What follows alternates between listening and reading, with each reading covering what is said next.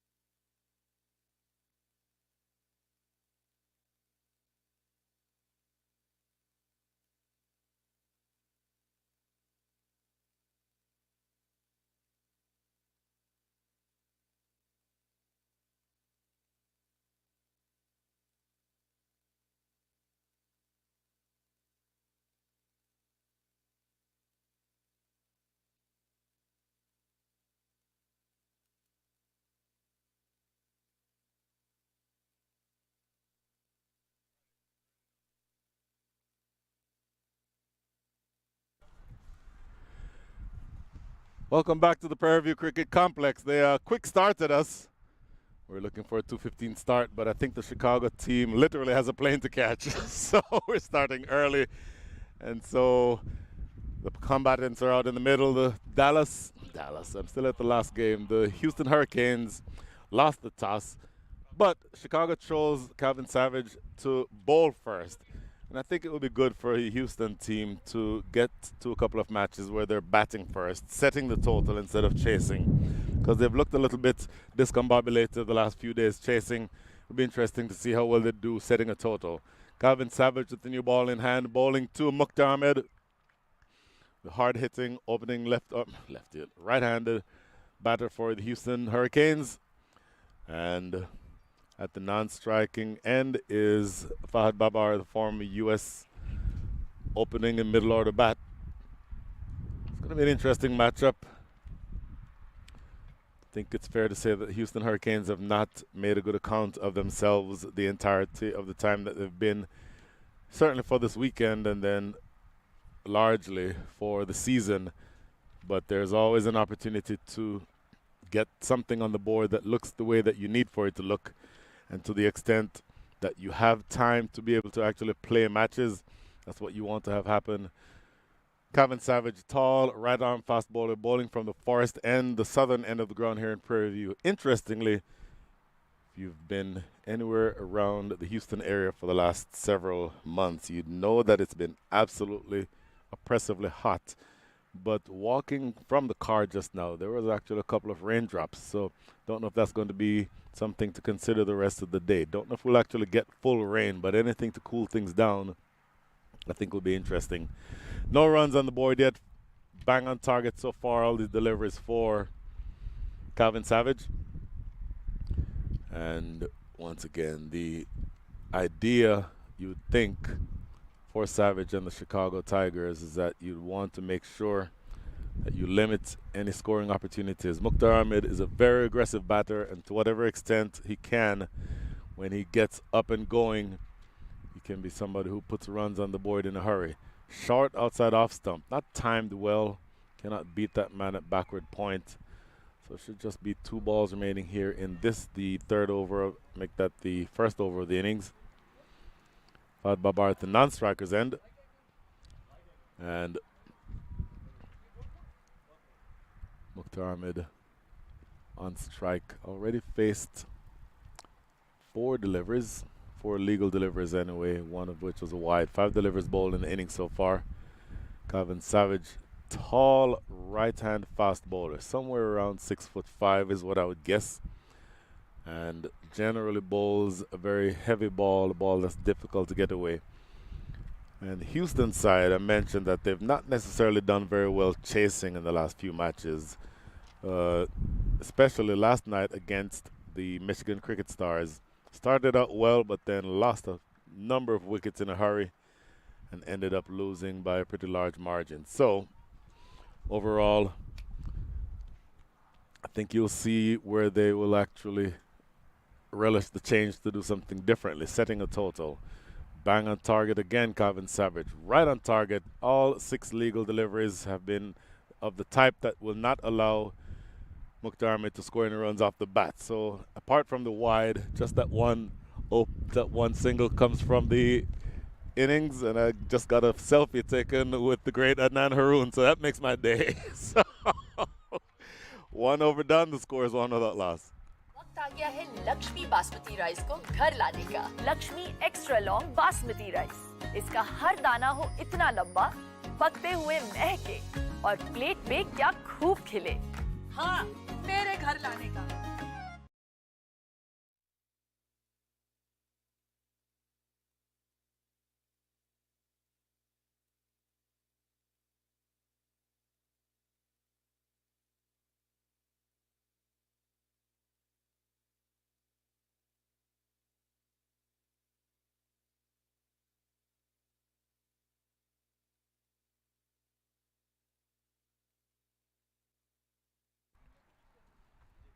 One over in the books, 1 without loss is the score, and Farhan Ali will be the bowler coming in from the forest end, bowling now to Fahad Babar. Right arm seam bowler. interesting looking field. I'll describe it after this delivery. In fact, that's not going to be a delivery as Farhan Ali pulls out of his run up. So coverage in the deep. Once again, only 2 fielders allowed outside the circle during the power play overs. Overs 1 through 6. This is the start of over number 2. So another 4, make that another 5 overs. No legal balls bowled yet in this inning, in this over. So the 2 fielders outside the circle are both square of the wicket. One is at deep point and the other is at deep square leg. So it's an interesting setup for Farhan Ali. Quick delivery, run off the face of the bat for Fahad Babar. Not able to get that ball behind point. Fahad Babar playing obviously for the Houston Hurricanes, but is from the Chicago area. So plays most of his cricket in that area. You suspect that he would probably know or be familiar with most of these players. And relatively new entry into the Houston Hurricanes setup. Tries to reach for this one, go flashing, not able to. Oh, no balls. No ball signaled by umpire Owen Brown. So that changes things just a little bit.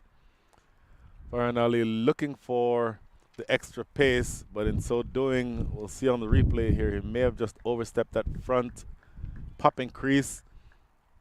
Coming in, good work here by Roddy and SC Tech Productions. Flashing at this one. Had that not been a no ball, it would have been adjudged a wide. But of course, a wide takes precedence over a no ball. So not only is he going to have to re-bowl that delivery, this next delivery is a free hit, which I think Fahad Babar will love. Swung away into the deep. Just a couple of bounces to that fielder I described earlier at square leg. So in retrospect, not the most difficult of circumstances for Farhan Ali. Able to get away out of that free hit situation, only having conceded 1 run.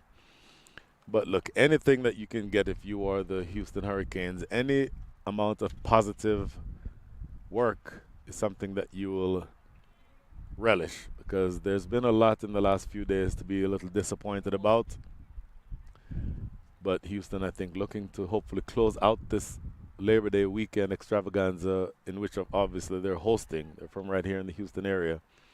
Several teams from all around the country here, and they've not made a good account of themselves. They've won 1 game, a shortened game on Saturday afternoon. It was a 12-over game, but they've lost all the other games that they've played so far. So maybe later on in the match, we'll actually get some feedback on where things stand in the overall division. In the meantime, this is Mukhtar Ahmed on strike. Faced 7 deliveries so far, has not yet gotten off the mark, which is very uncharacteristic. He's somebody who usually likes to get after the bowling. Farhan Ali is doing well to keep things out of the hitting zone. This one is down the leg side. As soon as I said that, going down the leg side, Mukhtar Ahmed not able to get any bat on that one, and it's the time the ball goes down the leg side. Umpires are usually always going to adjudge those to be wide. So 3 runs on the board make that 4 runs on the board for the Houston Hurricanes, and 2 of the 4 extras. Not the kind of start that they were looking for, but we'll see how they progress the rest of the way. Farhan Ali again, off the back foot. Backward point is exactly in position to make that play, and so no run there. Fielder backward point is the U19 player Metanch Nityanadam.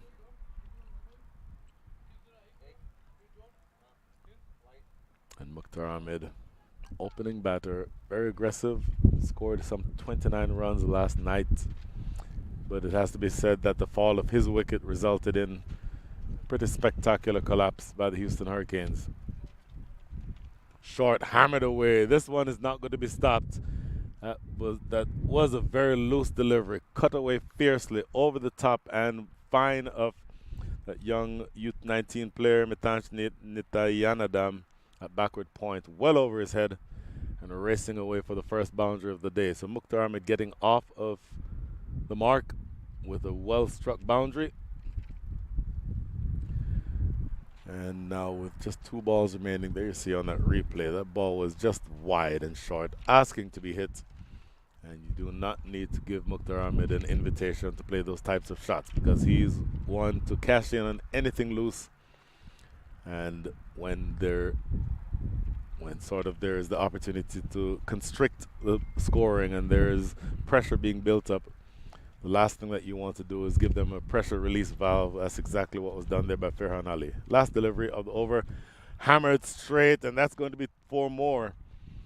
Off the back foot, plays it too straight for the fielder at mid-off to be able to challenge it. It was to his right, and he dove in vain, was not able to get over in time to stop that. So consecutive 4s here to end things here in the second inning, the second over, my apologies. Not the most elegant cricket shot, muscled down the ground. It was more muscle than it was timed, but I don't think Mukhtar Ahmed will mind that at all. 11 runs coming from that second over. The end of 2, the score is 12 without loss. Took that last corner pretty quick. Sir, I need one hand on the roof, one hand on the pump. Timeout for Sunoco Go Rewards. Keep pumping. With new Sunoco Go Rewards, when you fuel, you save, because rewards come first.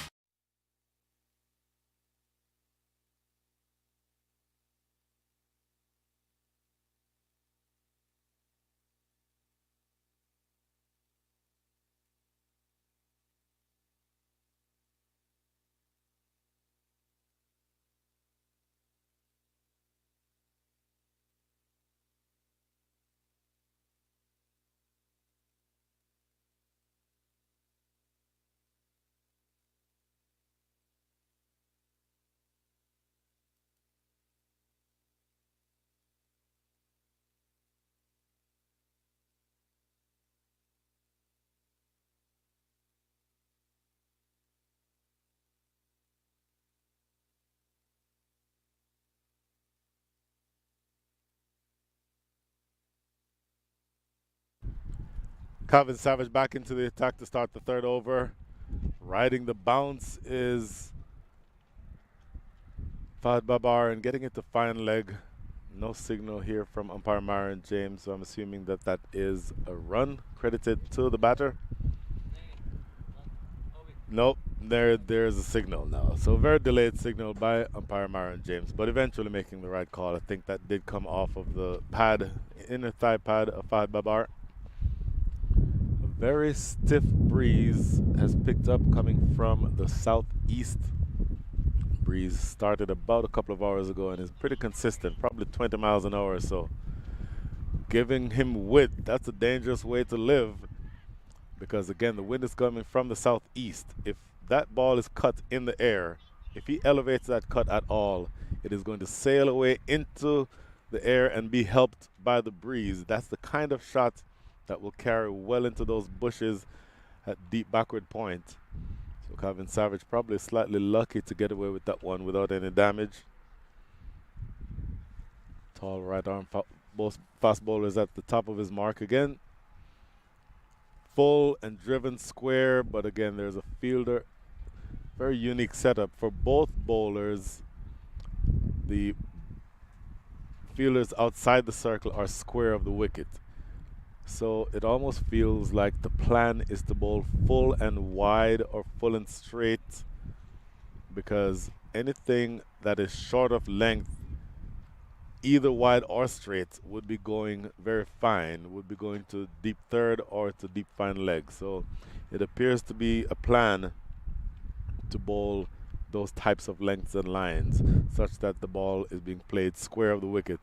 Looking to advance down the track, Fahad Babar not able to make contact there, looking to hit over the top of extra cover, missing out on that opportunity. But another dot ball. 2 balls remaining here in over number 3. Once again, this is a T20, so the first 6 overs are going to be the power play overs. And after those 6, then you can certainly put as many as 5 fielders outside the circle. As of right now, the 2 fielders outside are the 2 square that we talked about earlier at deep point and square leg. Next delivery, that should be, nope, no opportunity there for a run. Calvin Savage, tall but very athletic and springing into action. Fahad Babar wanting to take that one, but without the opportunity to get the run. as ladies and gentlemen, I'm happy to shake hands with greatness. Off camera here is the great Mr. Tanvir Mohammed. Tanvir, good afternoon. It's really good to see you. Tanvir Mohammed, the primary person behind this wonderful facility that we have here in Prairie View. And so 1 ball remaining here in over number 5. Over number 3. 14 runs on the board. 12 off the bat and 2 extras. Tap and run stuff here. This is good stuff by Houston. Just getting it in the outfield. In fact, a fumble there at backward point means that they come back for a second. That's good work. You'll take those 2 runs if you're Houston. 16 without loss after 3. We'll be right back. वक्त आ गया है Lakshmi basmati rice को घर लाने का। Lakshmi extra long basmati rice. इसका हर दाना हो इतना लंबा, पकते हुए महके और प्लेट में क्या खूब खिले। हाँ, मेरे घर लाने का।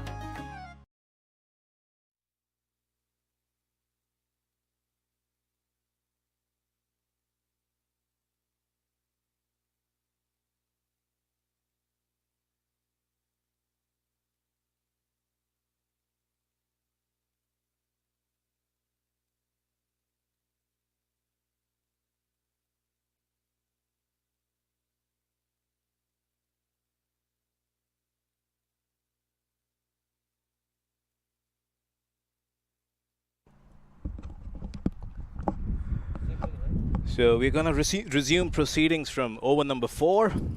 A sedate start so far. 16 for no loss, and that's going to be signaled a wide by umpire Myron James.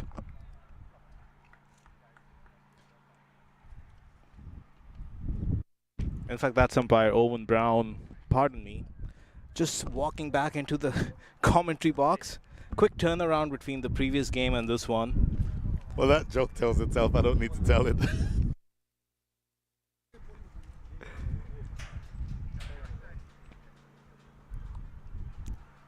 And this one is nicely defended by Mukhtar Ahmed. It's just back of length. Mukhtar has been very fluent at the top of the order. And he likes to go inside out. Also has a very strong pull shot.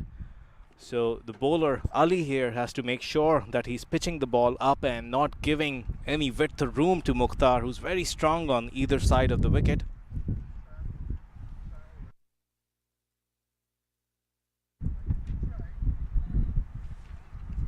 And this one is nicely driven. There's a sweeper cover. He's going to keep it down to 1. Mukhtar wanted to come back for a second, but Fahad Babar is rather cautious.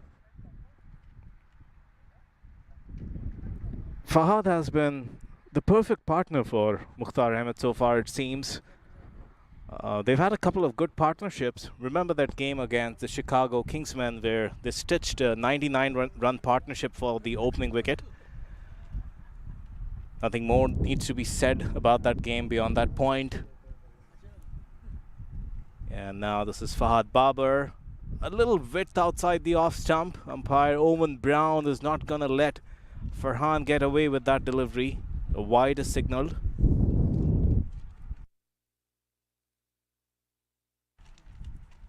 Mind you, both these teams are desperate for a win.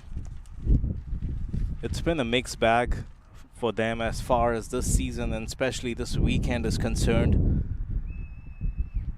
Chicago Tigers find themselves at the bottom of the table.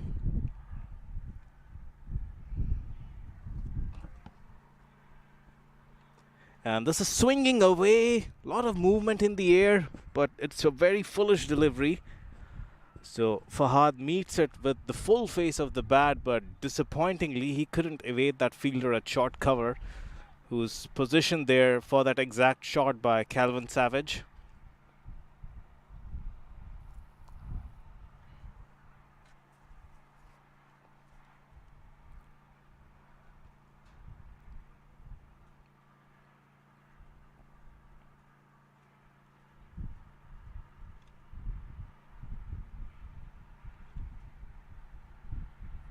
And this one is handsomely driven. It could be a tight single, but the fielder couldn't collect the ball cleanly. If it was a clean pickup and throw, Fahad might have been struggling. But fortune favors the brave. They put pressure on the fielder, and that results in a boundary. As we look at that replay again, it's just outside the off stump, nicely whipped by Fahad, and no bad bounce whatsoever. The fielder just took his eyes off the ball, was probably ahead of time, was more concerned about that pick up and throw, and didn't do the basics right.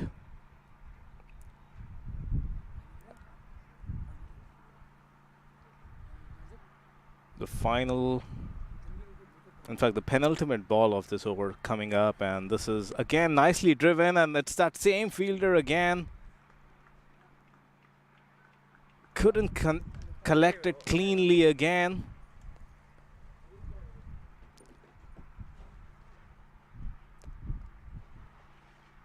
The fielding, and not just the catching but also the ground fielding, has been the Achilles heel as far as the Chicago Tigers are concerned. A lot of drop catches for them. We saw that in the game yesterday. They dropped a lot of skiers. There were some overthrows, some misfields, and this is going to be down the leg side, and umpire Owen Brown would signal the third bite for the over.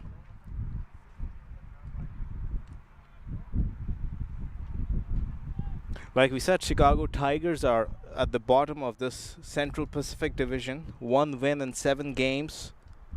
The Houston Hurricanes are at number 6. They are at the same number of wins as the Dallas Exploria Giants, but it's that net run rate for the Hurricanes. And this one, short of length. We talked about this. You give anything there to Mukhtar Ahmed, and he's very comfortable pulling it. And that brings over number 4 to an end, a rather expensive over. We look at this replay. Keep an eye on the length of this delivery. The line wasn't as bad, but it's the length that perfectly sets up, and Mukhtar is going to keep hitting them all day long. So that brings us to the end of over number 4. We'll be right back. It's 29 for no loss.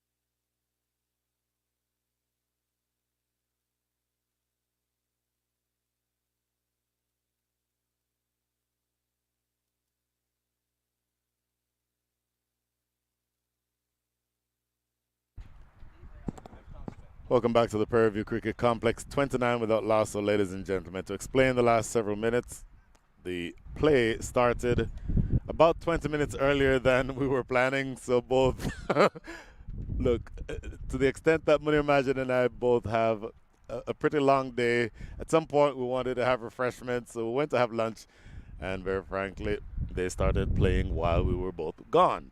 So I think we're all caught up now, and 4 overs in, 29 without loss, we can have a regular broadcast. And so officially, good afternoon, Munir. Good afternoon, Brian. Yeah, very true. You can only run so far on just the basis of adrenaline. We've done that all morning. Yep. But now I think we are content, having been refreshed and well fed. So we're going to resume things in over number 5, and no surprises there. Given the nature of this wicket, there's been some turn on offer, and Teet Patel, we saw, was the only spinner in the ranks of the Chicago Tigers. A bright young prospect, bowls left arm orthodox, and no surprises, he's going to go around the wicket to Fahad Babar right away. Will be looking to angle the ball into the stumps and then turn it away.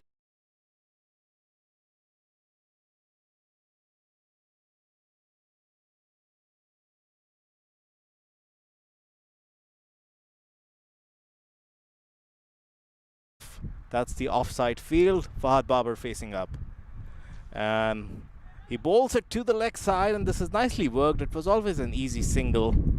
So that's going to put Mukhtar Ahmed on strike. And we know Mukhtar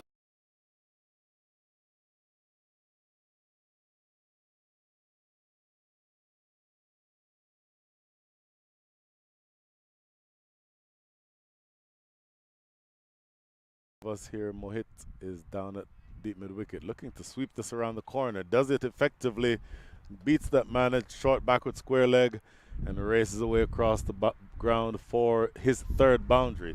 So Mukhtar Ahmed, I think I completely agree with you. If he plays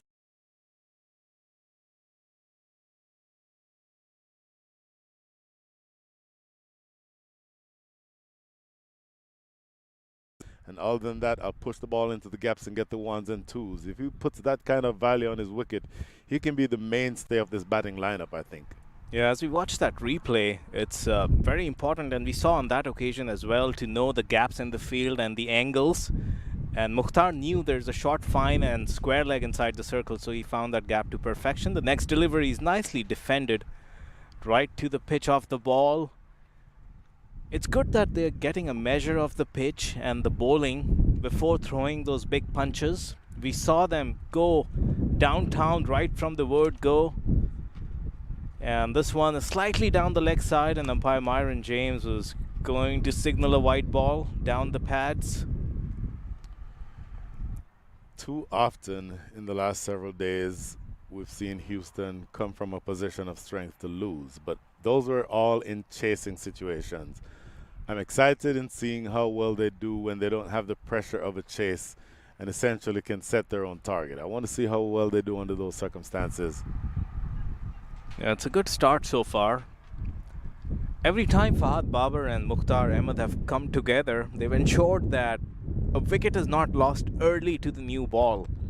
They've batted beyond the power play, and so is the case on this occasion. Over number 5 is going on, and this is hit inside out. Calvin Savage at mid-off. You don't want to run to him. He has a strong arm. But signs of Mukhtar wanting to go over the top.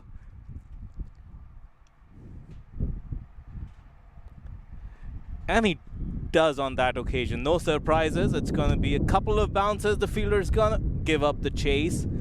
For a moment, I thought he was going to put in the dive. Well, that one was hit into the wind. Mukhtar Ahmed, again, no stranger to taking the aerial route. This time it comes off for him with both the mid-on and mid-off inside the circle. It was a safer shot.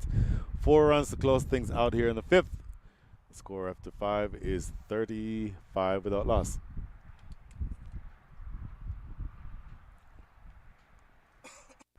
Make that 39 without loss.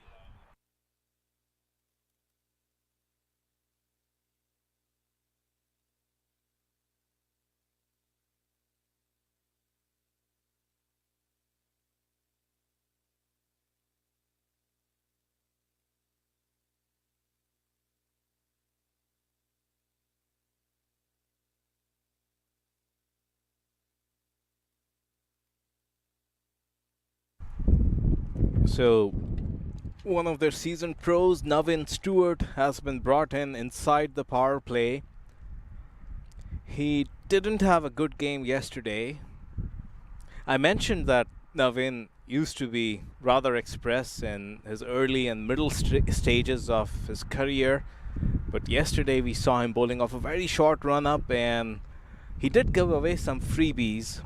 He can still generate some pace from just that delivery stride, but he was trying a lot of variations, it seemed, and in the process he gave away about 18 runs in his only over. Like I said, that pace hitting the deck, and you see good carry just flying past the grill of the helmet of Fahad Babar. Navin Stewart from the Twin Island nation of Trinidad and Tobago. I think I agree with you. If you measured his pace now versus 10 years ago, you'll get a lower number now.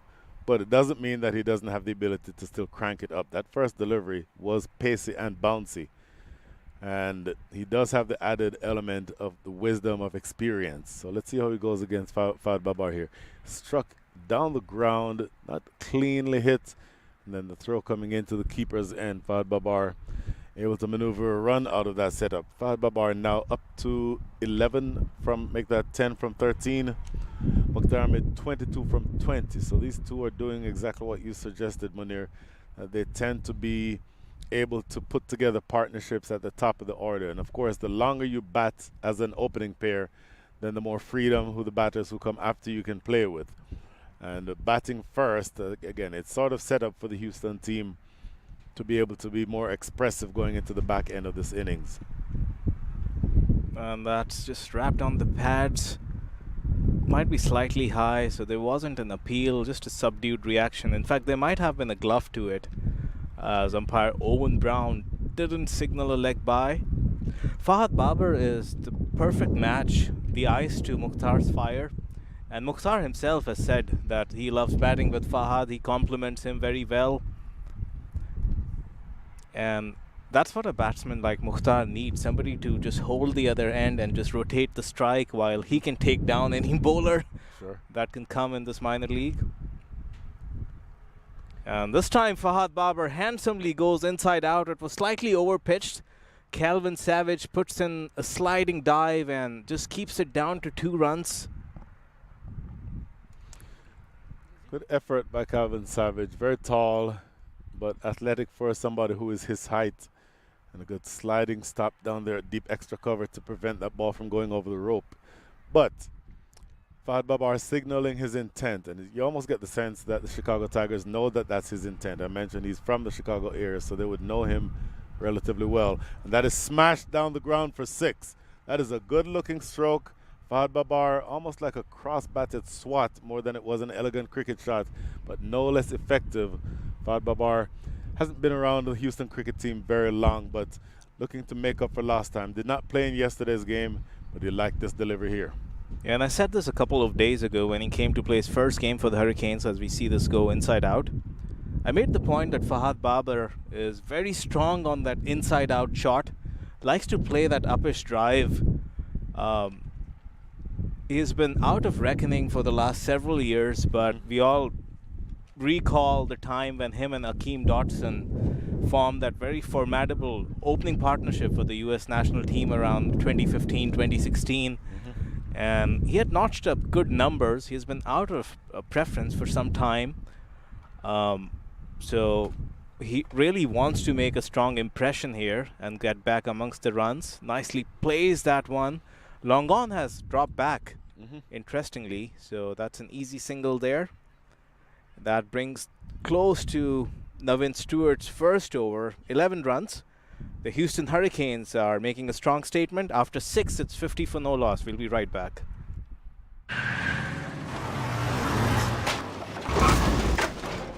What's up, Doug?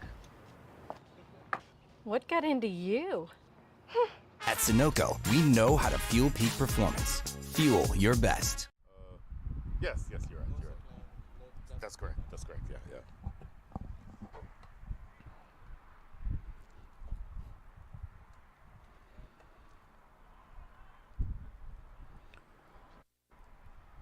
So once again, ladies and gentlemen, this is the Sunoco Minor League Cricket Championship. Official partner is Lakshmi Brews, MILC's Cricket for the Community partner. And Dolphin Media is MILC Cricket's outdoor partner. Continuing from the highway end with Turf Patel. And that is the end of the power play. Productive power play, Munir. You want to see Houston start to grow and build in confidence. They have looked like a team that has been kind of shell-shocked the last couple of times we've seen them. This hopefully will be a start that will give them confidence. Absolutely, Brian. 50 for no loss and 6 is one of the best power plays we have seen all weekend. I'm going to go on a limb and say that. A loud appeal, but I think Fahad was always coming down the pitch, got that big stride in, and he got outside the line of that off stump. You'll see that on this replay.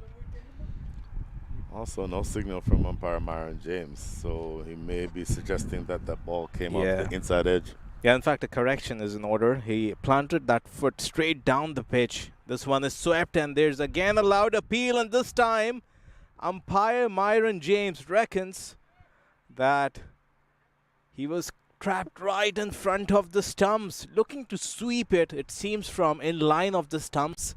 Fails to make any contact, and Mukhtar is a big wicket. We just said that they've got off to a good start, and Mukhtar is somebody who could have capitalized, Brian, from this stage.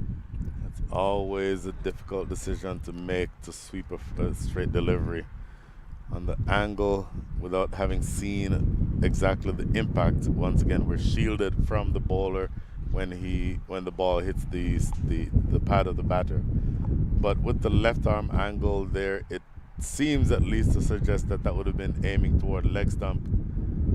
And yeah, that's going to be a tough one to tell. We don't have full visibility here, but surely Myron James thinking that that one was going to go on and maybe clip leg stump.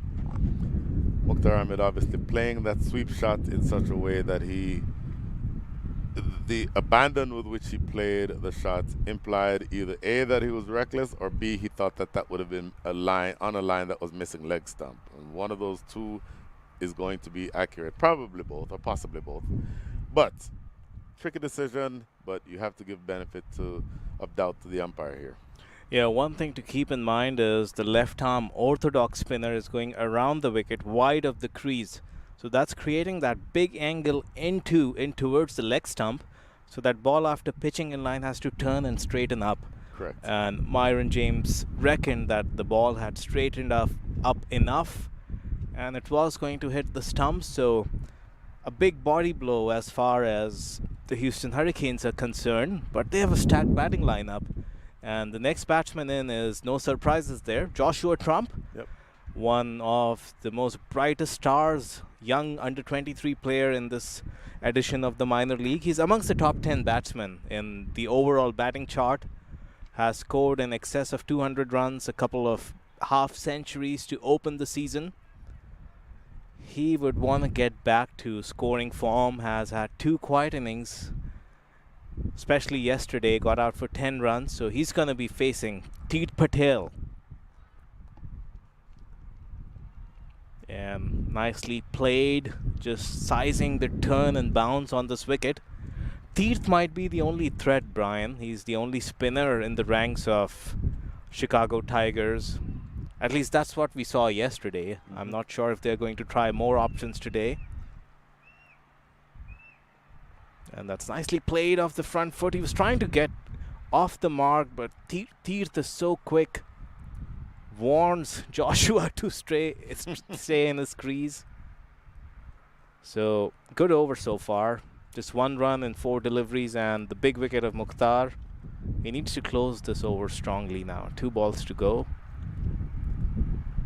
And again, nicely played. Waited on that ball with the turn just to sweep a cover. And Joshua Trump is off the mark. And a little deflection and they're coming back for the second. That sloppy work from Teet Patel. And also Mohit, who was on his heels. There's no other fielder on the leg side, so Teet had to stop that ball, but he failed to do that deflection of a direct throw. And Josh gets 2 runs. If you gave me full authority to change any rule in cricket that would be changed, I would change the rule to say that if the ball is hit, if the throw comes in from the outfield and it's a direct hit, the batters cannot run additional runs on that. Essentially what you're doing is punishing the outfielder for having an accurate arm. So be that as it may, a dot ball to close things out in over number 7, 53 for 1 after 7.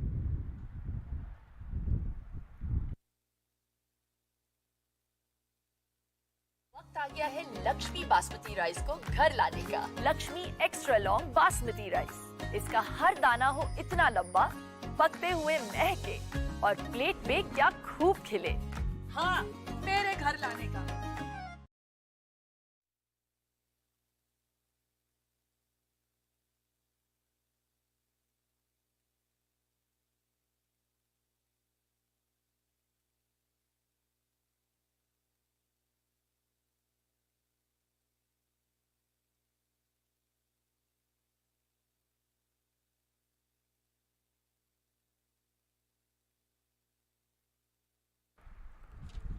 $53 for 1 after 7. As a reminder, you can follow minor league cricket throughout the 2023 season. Find us on any of our social media channels, YouTube, Twitter, Facebook, and Instagram. Just get on any of those channels and look for minor league cricket, or just search USA minor league cricket. You'll eventually find it. And while you're there, if you feel like giving a shout out, whether about commentary or have any questions related to the sport, we love answering those types of questions. In the meantime, it's Naveen Stewart again, coming from the Forest End. Quick delivery, full face of the bat, just playing this one down the ground. And Fahad Babar continuing what he's done so far. 20 from 17, but make that, 20 from 17, 21 from 18. But he generally has been positive without being reckless. And that's what you want to see from your opening batter. Joined now by Joshua Trump, who has not yet, in fact, he's 2 from 4. No boundaries yet hit for Josh Trump, but I think his priority is just going to be to bat long. And that's going to be the only thing that he'll be thinking from here.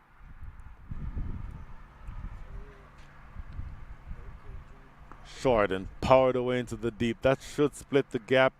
And a diving attempt down there at the boundary is not successful. So at that length, you're going to need to have that ball more up around the face of Joshua Trump in order to threaten him. This is basically a long hop that Josh Trump puts away with ease, piercing the gap. Fielders at deep mid-wicket and another one at square leg, expertly piercing that gap to get 4 more runs to his sideman here. Yeah, and I've said this on the previous occasion about Josh. We'll come back to it after this ball. And this is very nicely cut backward of point. That there was a fielder there, but it evades him on the right side, and it goes for another boundary. And Brian, as I was saying, I've said this on the previous occasion, that especially that pull shot of Joshua Trump is so reminiscent of Ricky Ponting, the way he rolls the wrist and the body turns, the front shoulder drops, the back lift. There are a lot of signs, a lot of similarities. He's, of course, very young, not to put the young man on alert. Here. Third man is going to come across and cut it down to a couple of runs. So good returns for Joshua. 10 runs of the previous 3 deliveries. Well, you are putting a lot of pressure on Joshua Trump. Not just you, but also, you recall Mayaresh over the weekend, who, after having watched Joshua Trump bat for an entire match, essentially labeled him the next A.B. de Villiers. So A.B. de Villiers and Ricky Ponting, that's pretty high praise to have to live up to. But young Joshua Trump is more than capable of fitting into those expectations, I think. Yeah, in terms of the 360 play, or really the stance, the setup, how low AB gets, and that kind of a base he has, I don't see a lot of that impression on him. But boy, if you put those pull shots side by side, I wish we could draw a graphic. At least I'm seeing, maybe I'm seeing doubles, but I do see a lot of touch, punter-like roll of the wrist and dropping of the shoulders. And this is again so beautifully timed. The fielder at long on comes across, and the balls are pinging off the bat of Joshua Trump and Navin Stewart after that first expensive over that went for 11. This one again goes for 13. So Navin would have to pull things back at the end of 8. It's 66 for 1. Took that last corner pretty quick. Sir, I need 1 hand on the roof, 1 hand on the pump. Timeout for Sunoco Go Rewards. Keep pumping. With new Sunoco Go rewards, when you fuel, you save, because rewards come first.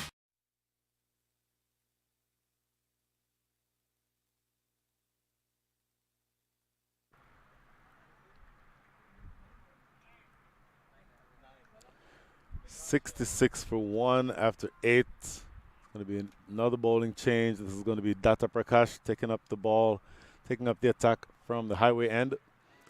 Bowling now to Fahad Babar. Fahad Babar 21 from 18. Josh Trump racing to try to catch up with him. 14 from 9. Outside edge of the bat found. Quick single taken. That's good running.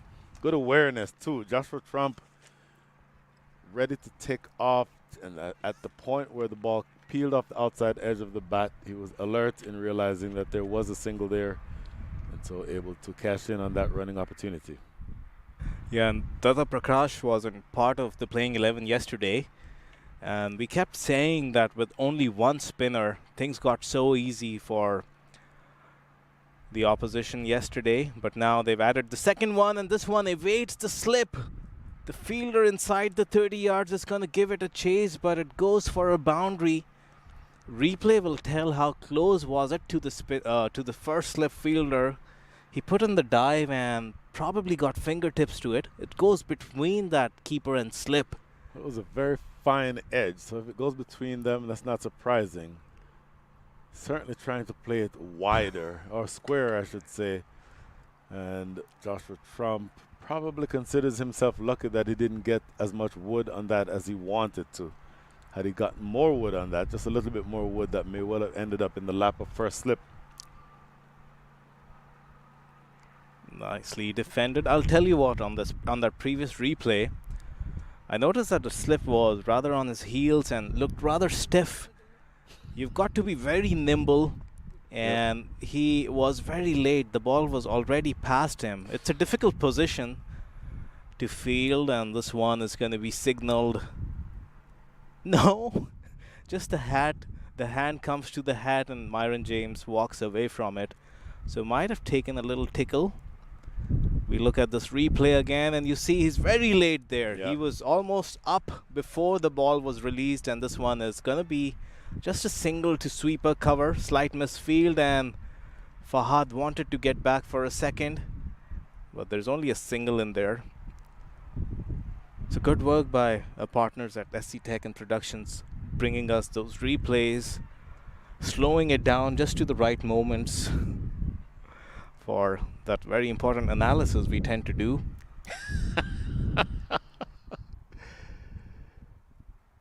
That's cut straight to backward point. Not a clean pickup, but no opportunity for a run. That is the end of over number 9. Productive start here for Houston, 72 for 1. Even after having lost the wicket of Mukhtar Ahmed, they're looking well. 72 for 1 after 9. वक्त आ गया है Lakshmi basmati rice को घर लाने का। Lakshmi extra long basmati rice. इसका हर दाना हो इतना लंबा, पकते हुए महके और प्लेट पे क्या खूब खिले। हाँ, मेरे घर लाने का।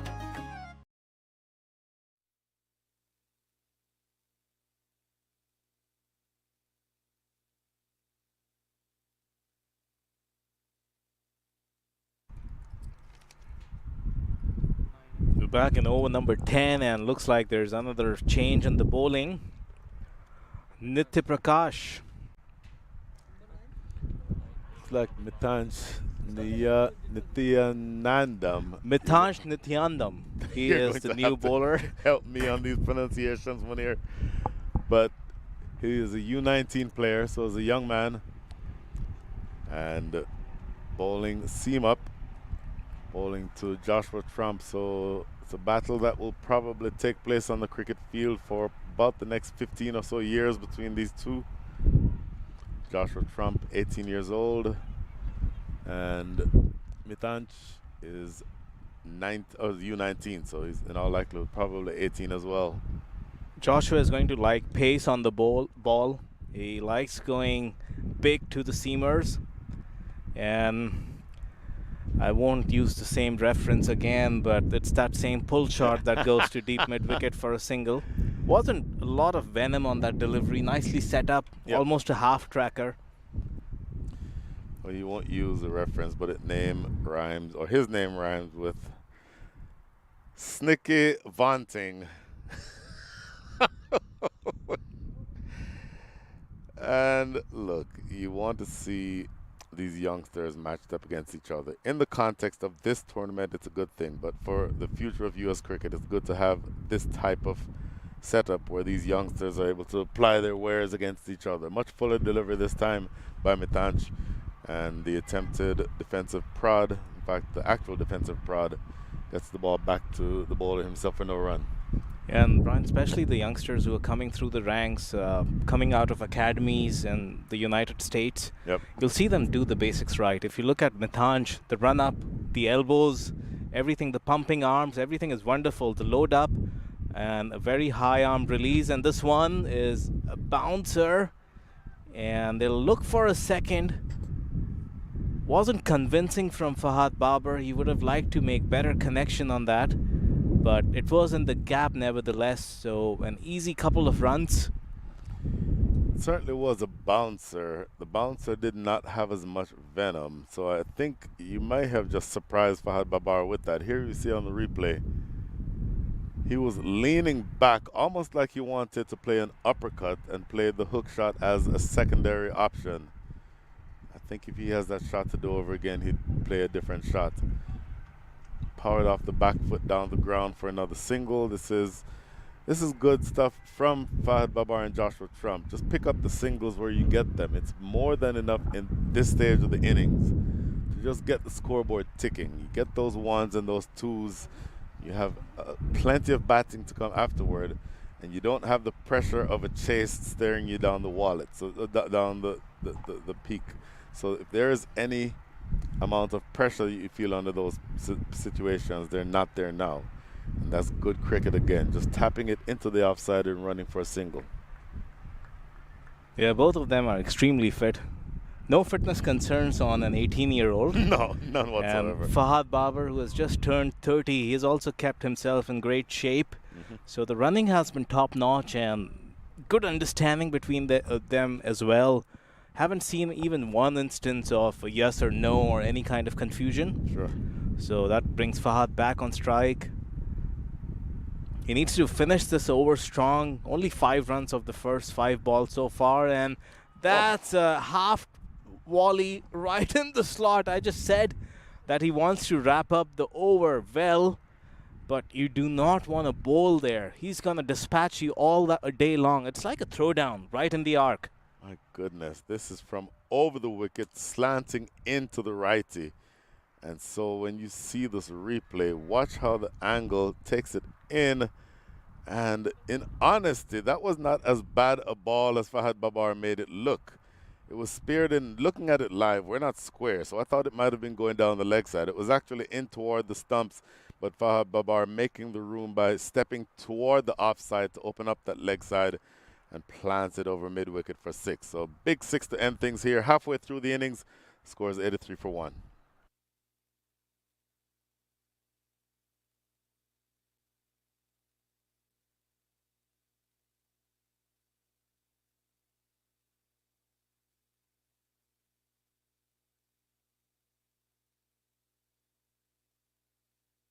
वक्त आ गया है लक्ष्मी बासमती राइस को घर लाने का। Lakshmi extra long basmati rice. इसका हर दाना हो इतना लंबा, पकते हुए महके और प्लेट पे क्या खूब खिले। हाँ, मेरे घर लाने का। 2 sixes already struck by the Houston Hurricanes, scoring about a quarter of their runs in singles, 38.5% of their runs in 4s, and 15% of their runs in 6s. So, look, the opportunity is there for them to exercise some of the demons from the last couple of days, and I think that they want to take the opportunity to do exactly that. This, again, is going to be Data Prakash bowling from the highway end of the ground, bowling to Josh Trump. Josh Trump, 21 from 15. Babar now up to 31 from 24.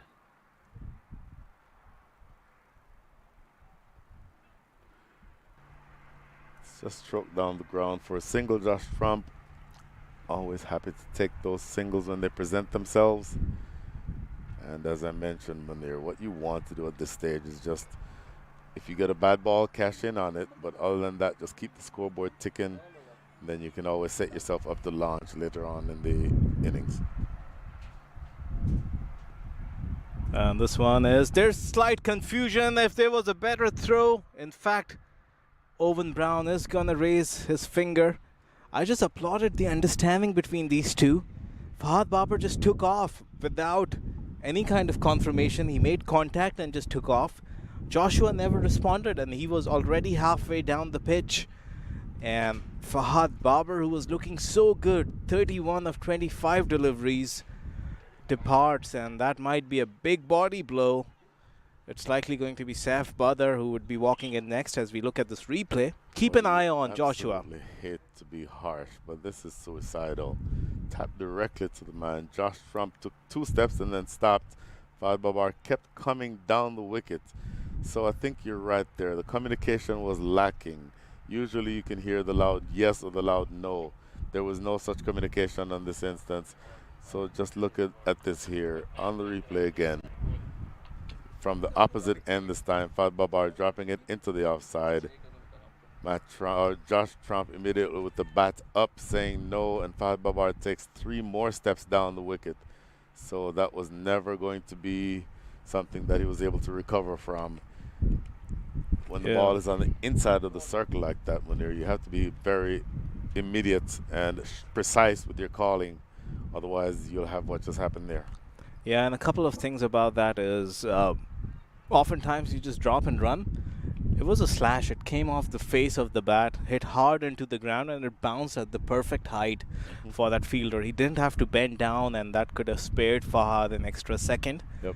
So oftentimes it's the case of your biggest strength becoming your weakness. We said these two are running so well between the wickets, and there hasn't been one occasion of a yes and no. Yep. The first time it happened, it brought about Fahad's downfall. Yep. And that knack I've had continues. Yeah, I'll have to curb that instinct of mine. But the new batsman indeed is Saif Badr. He's played a couple of very good back-to-back innings, a 50 in the game before yesterday, and scored an impressive 38. Hurricanes have wanted Saif to hit the ground running. He's one of their main players besides Mukhtar. Amongst the top 3 scorers for the Hurricanes right now, as he pushes this to long on and gets a single. That's going to put Joshua back on strike.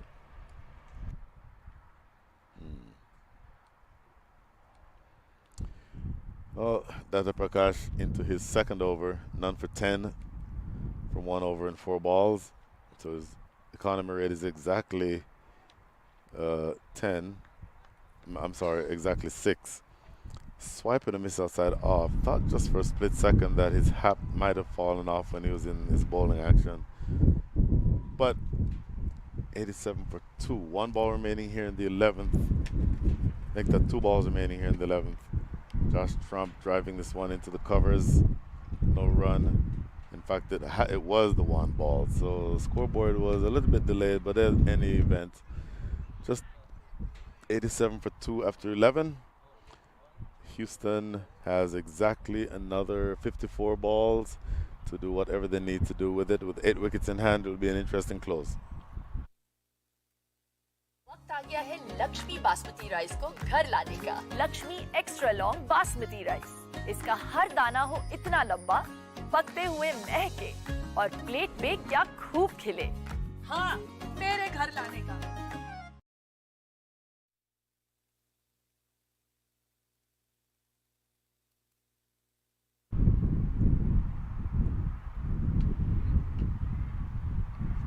So Teerth Patel, who has bowled 2 overs, he's going to come back for his 3rd over, and he's going to be bowling to Saif Badr. Calvin Savage has been pretty aggressive in his approach. He's always persisted with that slip to the spinners. There's a big gap to the right of that slip and backward of point. That entire real estate is vacant. Anything outside off would be slashed away by Saif, who's so strong in that occasion. And he's also strong on the slog sweep. Anything tossed up goes down the ground or to mid-wicket. This one is nicely driven for a single to bring Joshua back on strike, who mind you has reached 200 runs in this season. In his 6th innings, he stands at number 12 in the overall chart for the Pacific and Atlantic Conference, averaging in excess of 50 and a strike rate of 163. And there's a square turn on that delivery, was angling into Josh, and he's opened up by it. No harm done, a dot ball. And that strike rate, Brian, of 160 plus is the 2nd best in the top 15 players, only 2nd to Corey Anderson. Wow. So that's a big achievement for young Josh. Corey Anderson, of course, the captain of Josh Trump's former team, the Dallas Mustangs. Josh Trump leaving Dallas area, driving down I-45 to join his brother Matthew as teammates with the Houston Hurricanes. In the previous season, Josh and Matt had been in different Texas franchises. Yep. Always Dallas and Austin, or Dallas and Houston rather. And this one, a lot of room given. We said you cannot give width to Joshua. He's so strong down the ground and also inside out. There's that big gap between sweeper cover and long off. And you'll see on this replay how well he picks that gap up. Was looking to step away. I said one of his favorite scoring areas is the arc between mid-off, or make it long off, and point. So anything extra cover or square than extra cover is where he tends to score very heavily when he's on the goal. So look for him to continue to pepper that area of the ground. And the longer he stays there, he's already faced 20 balls, but you get the sense that he's setting himself up for a big one. If he stays there, then he can score heavily and he can absolutely hurt you if you're the Chicago Tigers. Yeah, he has a high score of 78 this season, but every time he goes out to bat, he looks like he'll better that this one. Shortish delivery, and the fielder is going to put in. I was insinuating that it might take a diving save, but the fielder was really quick over there, and he keeps it down to a single that brings Sev Babar back on strike. They're hovering at 8 runs and over right now, 7.97 to be precise. Another single. They might come back for a second. It's that same fielder who's very quick over there. Might be a little risky, but he was throwing it to Joshua's end, who might be the fastest man on the field right now. Would not be surprising if that's the case. Obviously, the exuberance of youth, certainly going to be able to put his head down and sprint towards the danger end, which is where he was running to. A couple of runs, Sev Babar 6 from 4. Hasn't scored very heavily yet, but I think I agree with you, Munir, that he's going to be one of the more important wickets in the context of this match to get for the Chicago Tigers. And that's beautifully driven by Sev Babar. The side-on view of that kind of a drive right under his nose, and a flourishing bat. The way it pings off the face of the bat is a delight to see. After 12, the Houston Hurricanes are going at a healthy 8 runs per over. It's 96 for 2. We'll be right back. Took that last corner pretty quick. Sir, I need one hand on the roof, one hand on the pump. Timeout for Sunoco Go rewards. Keep pumping. With new Sunoco Go rewards, when you fuel, you save, because rewards come first.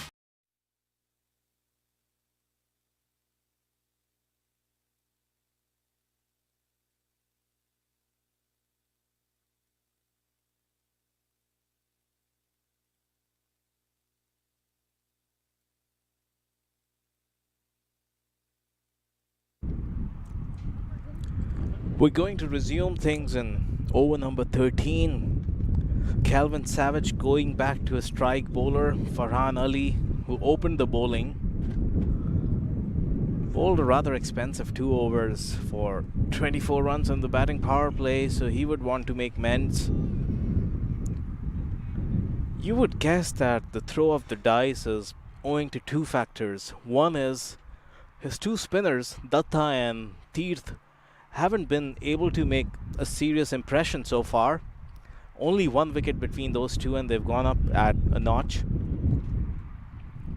And also the fact that they want to break this partnership, as this is very nicely weighted on by Sev Babar, backward of point, to the right of third man, a slight misfield, so an easy couple of runs. Boy, the Hurricanes are looking well set for a big total. They've got some powerhouses to come in the form of Hamza Bangash, Matthew Tromp, skipper Usman Rafiq himself, and Usman Ashraf. So a lot of batting to come after this pair, but these 2 might be their best options for power hitting and going long distance. And this one, quickish delivery just outside the off stump. Sev Babar had a tentative poke at that delivery as we look at that replay. Around that 4th to 5th stump line, maybe a little bit of movement of the seam. Yeah, it does go slightly away of the seam. And Sev also signals that there was a little bit of skid on that delivery. Took off after pitching. So he'll have to watch for that back of length line outside the off stump. We'll have to Sev Babar. And again, that kind of a delivery. This could have been tight, but that fielder second misfield in a row. Both could have been tight singles, and he gives away 4 runs in those 2 deliveries. This has been the Achilles heel as far as the Chicago Tigers are concerned. They've struggled with their fielding. Whenever we have seen them play, they've had a number of misfields and dropped catches.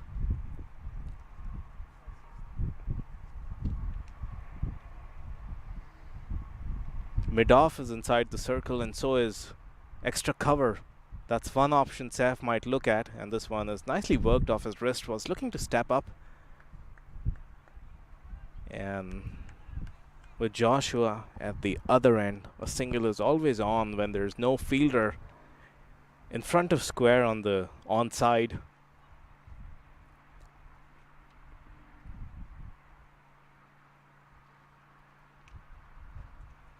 Still the same field, no change whatsoever. Calvin Savage himself is stationed at mid-off.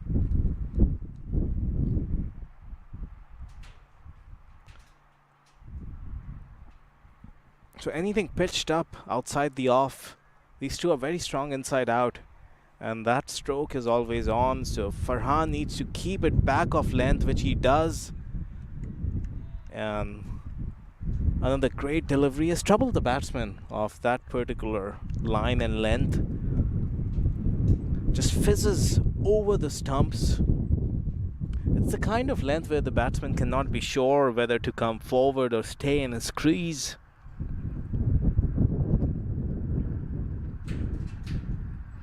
It's a good over so far. His first 2 overs went for 24, but this one only 5 runs. And he needs to make sure this one is not a boundary ball. And this is nicely driven to long on, and it's only a single, so that's a good over from Farhan Ali. Good comeback over. You would presume that he's now going to be bowling in the death. His final over would be saved for over 19 or 20. 13 overs gone. It's 1 or 2 for 2, and Brian Walters would be joining me from the next over. वक्त आ गया है Lakshmi basmati rice को घर लाने का। Lakshmi extra long basmati rice. इसका हर दाना हो इतना लंबा, पकते हुए महके और प्लेट पे क्या खूब खिले। हाँ, मेरे घर लाने का।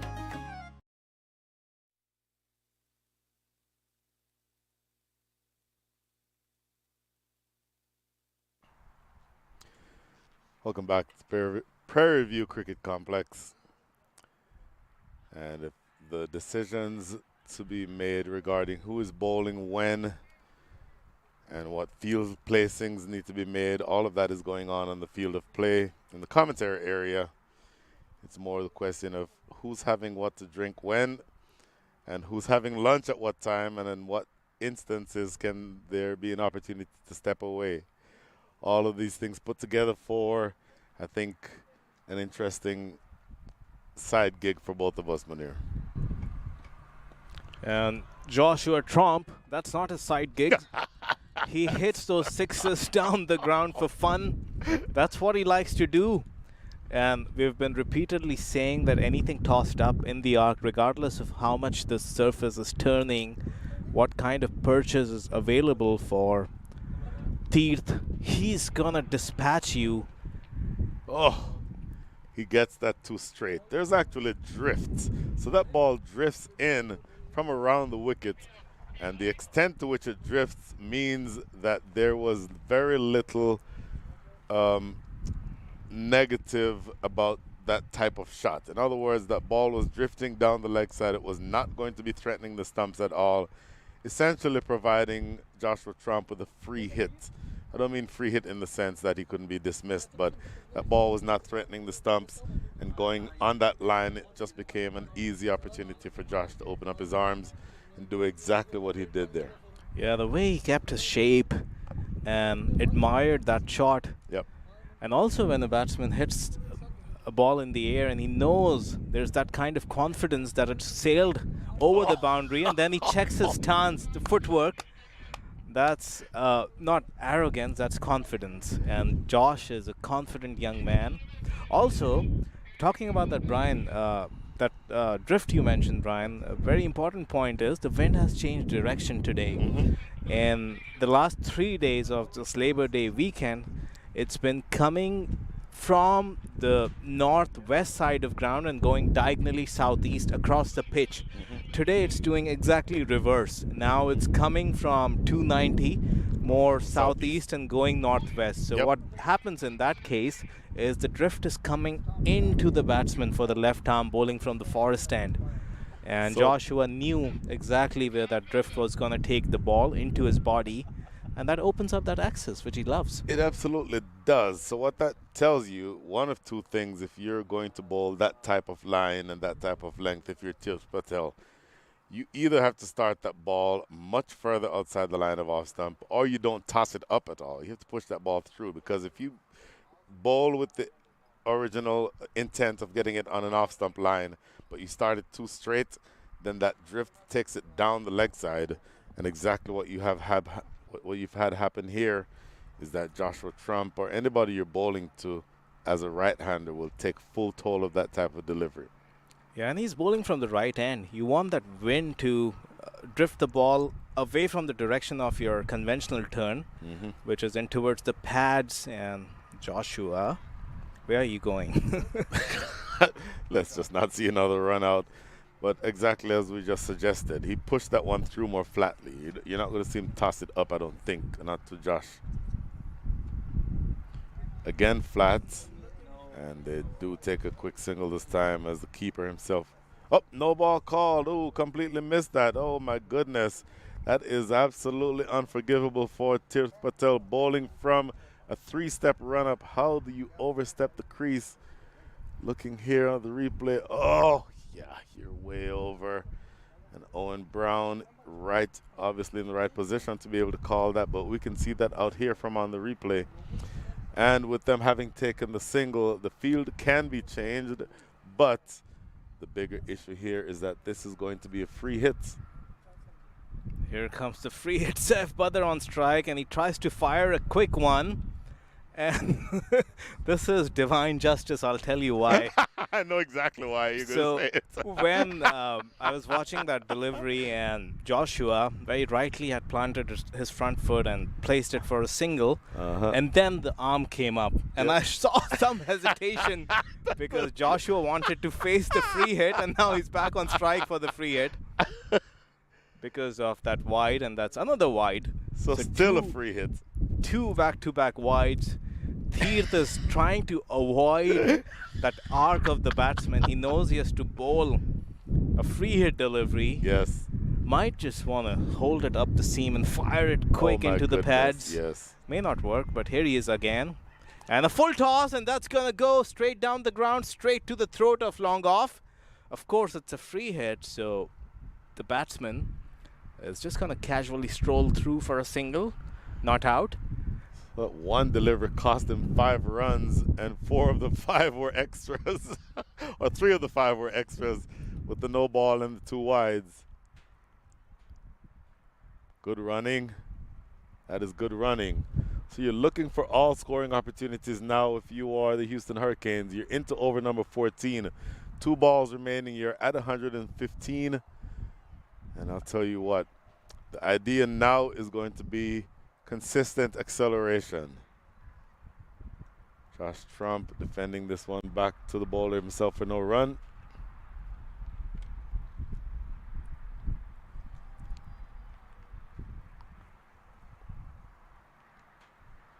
Goes for the big stroke off the outside edge of the bat though. Just flies to short third. That is a dot ball to end things here in over number 14.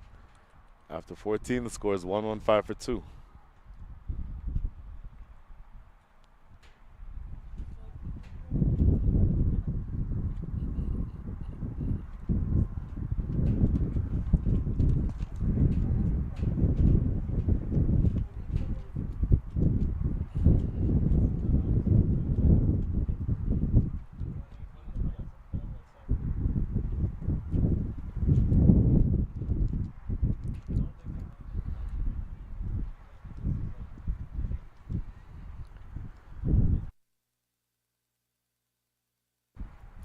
The last 36 balls of the innings coming up.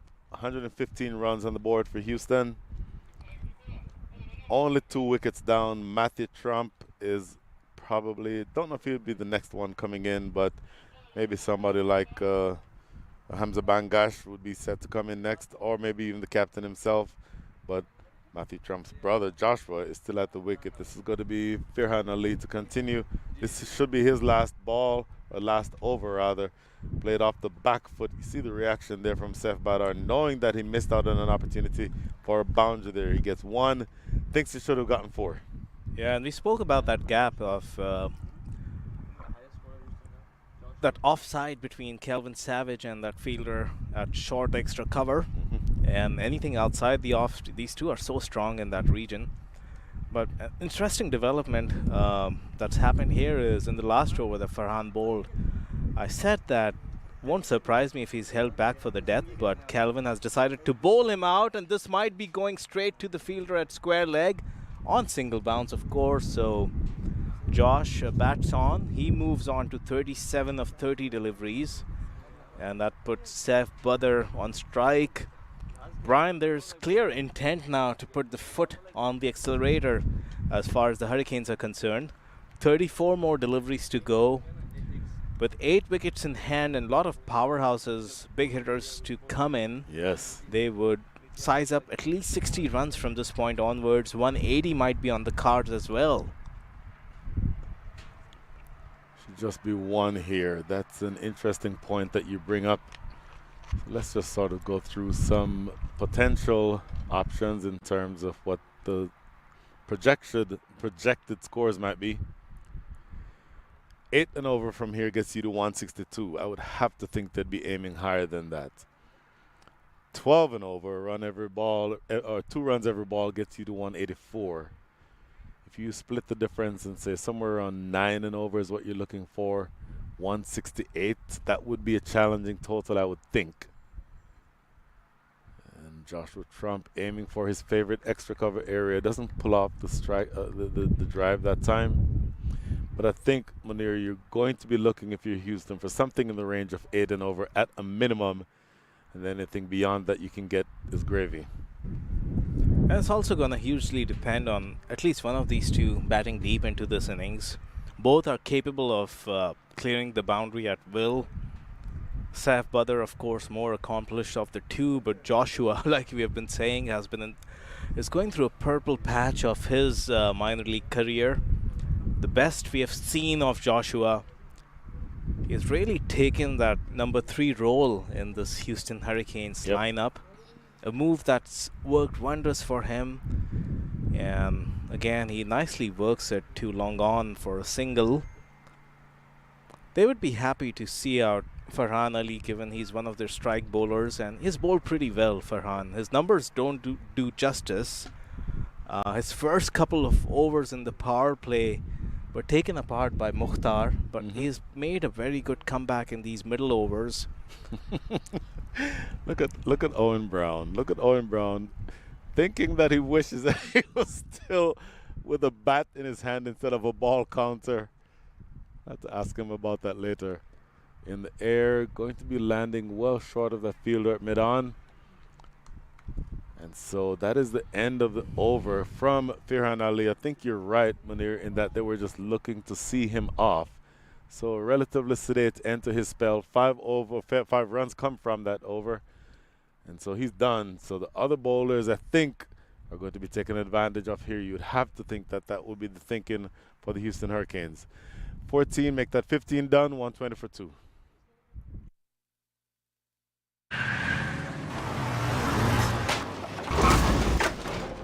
What's up, Doug? What got into you? At Sunoco, we know how to fuel peak performance. Fuel your best.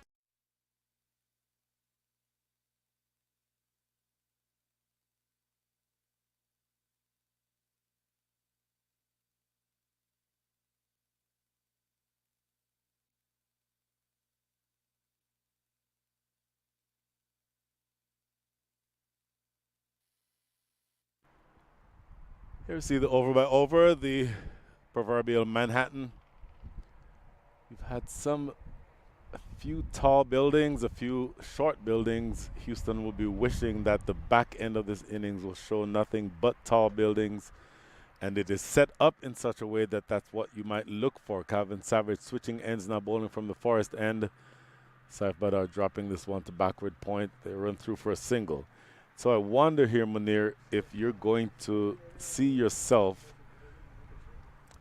looking to see off the only remaining strike bowler, Calvin Savage. In other words, you don't necessarily go into a shell, but you don't look to attack him. You get the ones and twos and then throw the kitchen sink at all the other bowlers. I guess the other thing they'll have to put into consideration is the fact that there are only 5 overs remaining, and Calvin is bowling 2 of those. This is nicely played off his pads, and they should make it a comfortable 2, which they do. So if Calvin is bowling 2 of those 5 overs and you look to see him off, let's say you get 15 of these 2, that gets you to 135-ish. You have to go really big on the next 3 and look for anything in the range of 35 to 40 runs. Or, given that you've got wickets in hand, you can trade those wickets to just go after Calvin as well. These are really the 2 approaches they could take. I just don't see why they would look to see off Calvin. If he was bowling early in this innings, it would have made sense, but he's bowling over 16 and 18. And we just don't want to live in a T20 world where over number 18 is being seen off.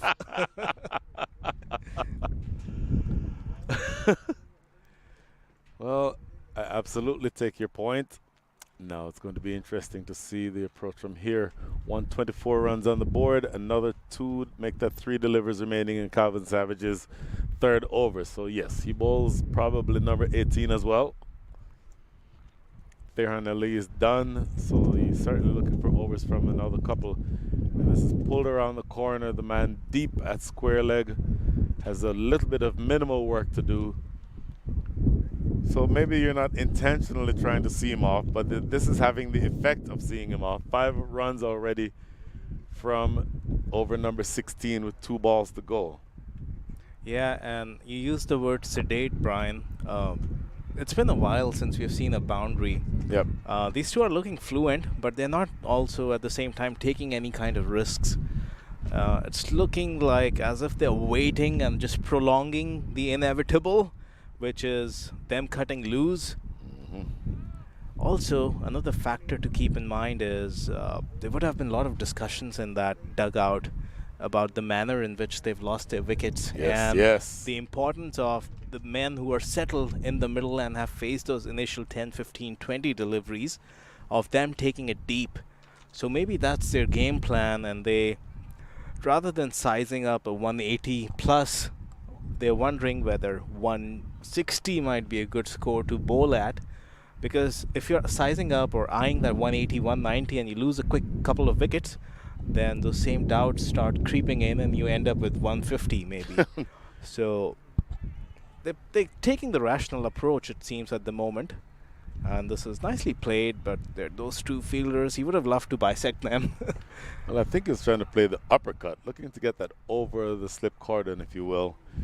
Anyway, they'll take the single to close things out here in over number 16. At the end of 16, the score is 127 for 2. वक्त आ गया है Lakshmi basmati rice को घर लाने का। Lakshmi extra long basmati rice. इसका हर दाना हो इतना लंबा, पकते हुए महके और प्लेट पे क्या खूब खिले। हाँ, मेरे घर लाने का।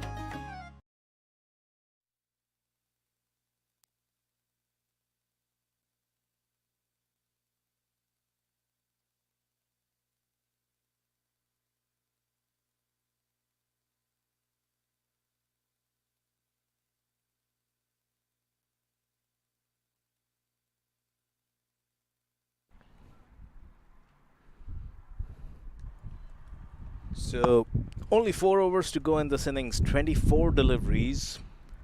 Datta Prakash, the spinner, the ball has been thrown back to him, and something tells me Saif Badar is going to like the look of this. And he nicely plays this to covers and gets across for a single. Joshua Tromp is batting on 41, so he's approaching his third half century of this edition of the minor league. I shouldn't have done that though. Brett and Candice Trump are going to kill you if he gets out here. Oh, looking to flash this away over his favorite extra cover area. Misses out on the shot, but I have noted that extra cover is inside the circle, and I guarantee with the left arm spinner in action, Josh Trump is looking in that area. But here he goes between long off, make that long on and deep mid wicket. Not the hardest struck ball that he can strike, but it does have the legs to get to the boundary. He now moves up to 45, Josh Trump. If you take a compass and measure the angle between those two fielders, it was bisected to perfection. Yep. That's how good that stroke was. Again, he's rather not looking to throw the kitchen sink, but is playing a measured inning so far. And this is different from Joshua today. He's been so free-flowing. He has thrown caution at the wind, but today he's been very measured. And it's so pleasing to see a youngster who's 18-year-old and he wants to shoulder the responsibility of carrying the middle order of a powerhouse franchise, and that's what Joshua is doing today. You said it yourself about Mukhtar Ahmed, and maybe it applies to a lesser extent about Josh. I'll finish that thought after this ball.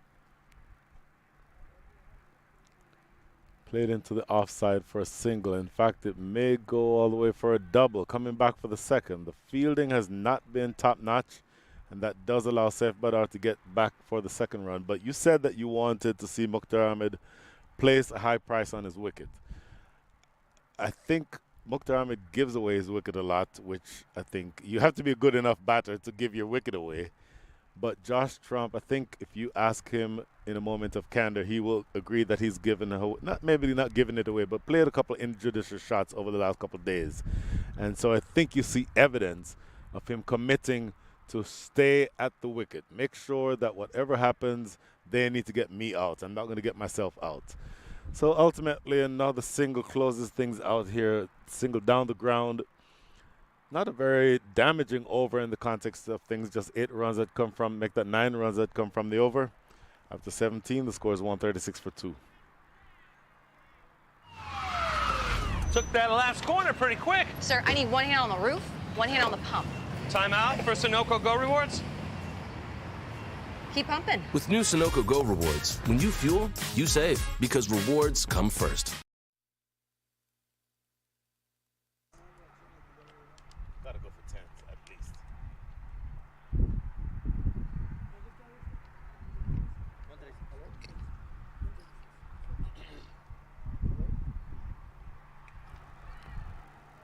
They've gone back to the man from Trinidad and Tobago, Naveen Stewart. Only 18 delivers remaining in this innings. So Naveen Stewart has bowled 2 overs so far. His 2 overs have cost 24 runs. So he's essentially giving up a run, make that 2 runs off of every ball that he's bowled so far. He's going to want to limit that type of economy rate. But he's now bowling to 2 batters who I think have more and more of a license to play freely here. And only 2 wickets down, 8 still to come. You'd have to think that these 2 would be looking to play just really expressive, if not risky, at least enterprising cricket shots. And as far as the Hurricanes are concerned, they would take a lot of positive from this partnership and the manner in which it's flourished. And this one, on the pads as Naveen Stewart came into the attack, I was wondering whether Saif Badar would have a likelihood towards the extra pace. And as we're going to look at this replay, it was angled down the leg side. And I said this yesterday, that he loves that slog sweep, not just to the spinners, but also to seam. And you see that knee going parallel to the ground, and there was only one outcome out of it. Mentioned the wind that is blowing from the southeast. That ball would have been up in the wind and helped carry it over the boundary. Boy, Naveen Stewart, giving away an extra run here. No reason to do that. Saif Badar playing that one right back to Naveen Stewart and decided to take an underhand flick at the stumps at the non-striker's end. Ends up giving away a single. That brings Josh Trump on strike. Watch extra cover is what I'm going to say. Watch extra cover. Because it's going to be one of his favorite scoring areas, and in this situation he tends to favor that area a lot. Except if it's a slow delivery on leg stump, in which case he lofts it over the top of long on for yet another 6. And that is 50 for Joshua Trump. 52 from 39. Excellent batting by the young phenom. Number 3 batter in the Houston Hurricanes lineup. And the Houston Hurricanes are within 1 run of 150. I can take a deep breath of relief as I had called that when he was at 41 that there may be a 50 coming. And while I was just constructing that sentence, I realized what I had done. So, yeah, that's the monkey off my back, officially for today at least. Yeah. And that's the 3rd half century he has scored in this edition. So, in 6 innings, if you're scoring 3 half centuries, that's worth your weight in gold. Oh my goodness, yes. Even 30s are a big, valuable landmark as far as batsmen are concerned. And again, it's that strike rate of his. He tends to go at 160, 170. A lot more measured today. I've liked the look of Joshua Trump, how he has approached this innings. And this one, it's not going to do any harm, but both met mid-pitch and decided that the single wasn't on.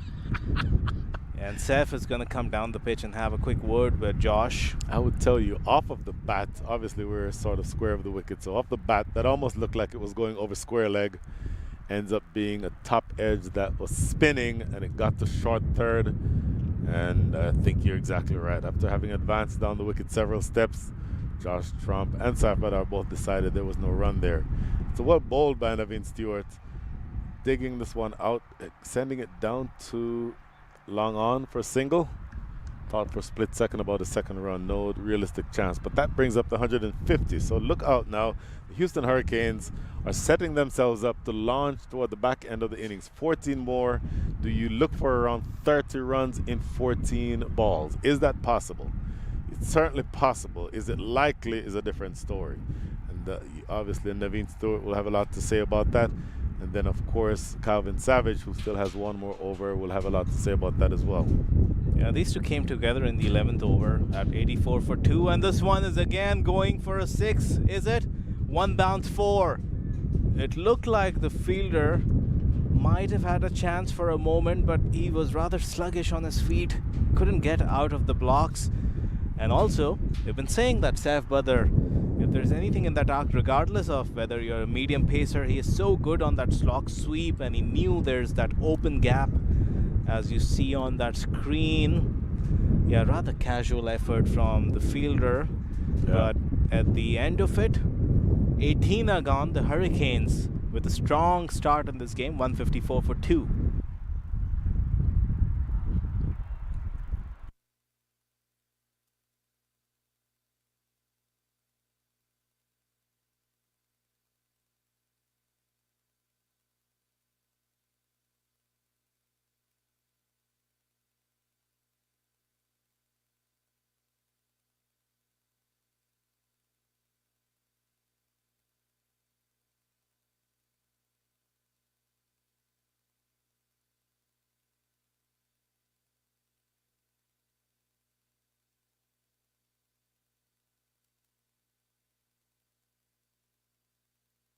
All right, over number 19, the penultimate over of the innings is about to commence, and no surprises there. It's Calvin Savage.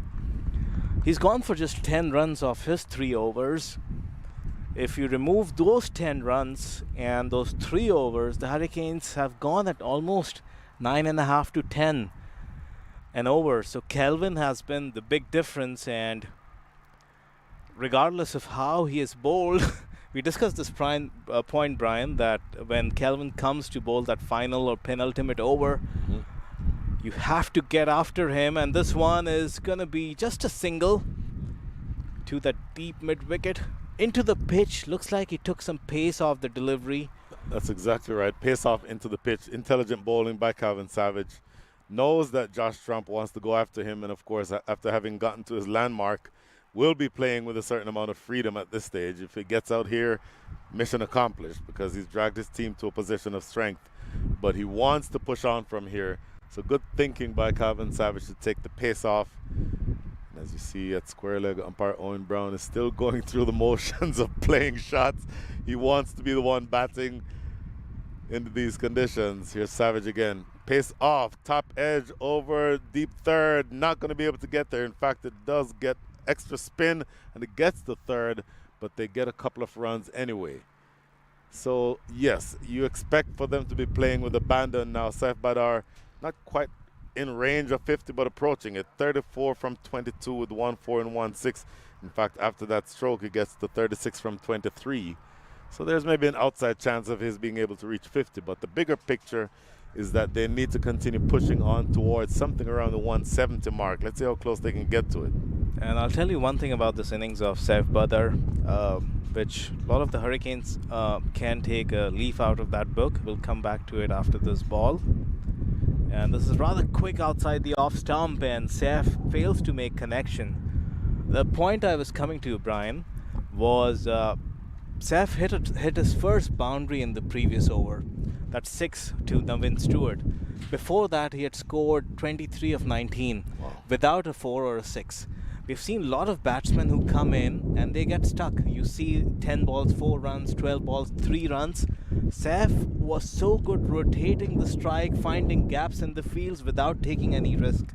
If you have the right mindset and the right approach to build an innings, you can always explode. And that's why I say that this innings is such a masterclass as we see this played behind square, and they'll have to be content with just 1 run.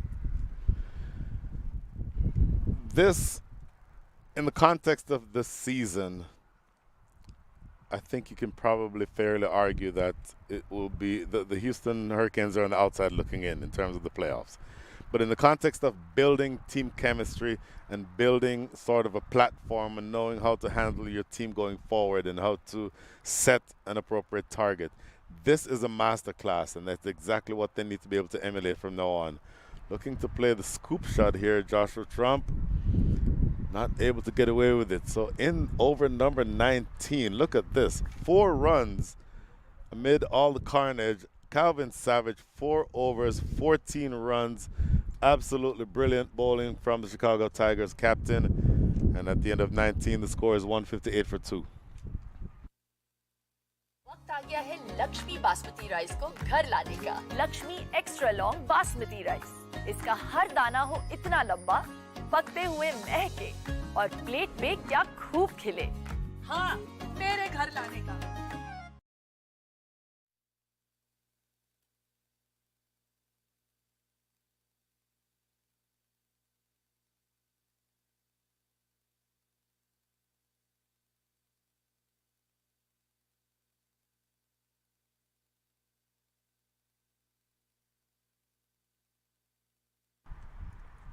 So the final over of this innings is about to commence, and in spite of the kind of day Navin Stewart has been having, he has gone for a plenty, 42 runs in his 3 overs. Captain Calvin Savage continues to show trust in Navin. He is the seasoned pro. A recent signing, he joined them just before this weekend. So he's trusting him with the death over duties. The final over is about to commence.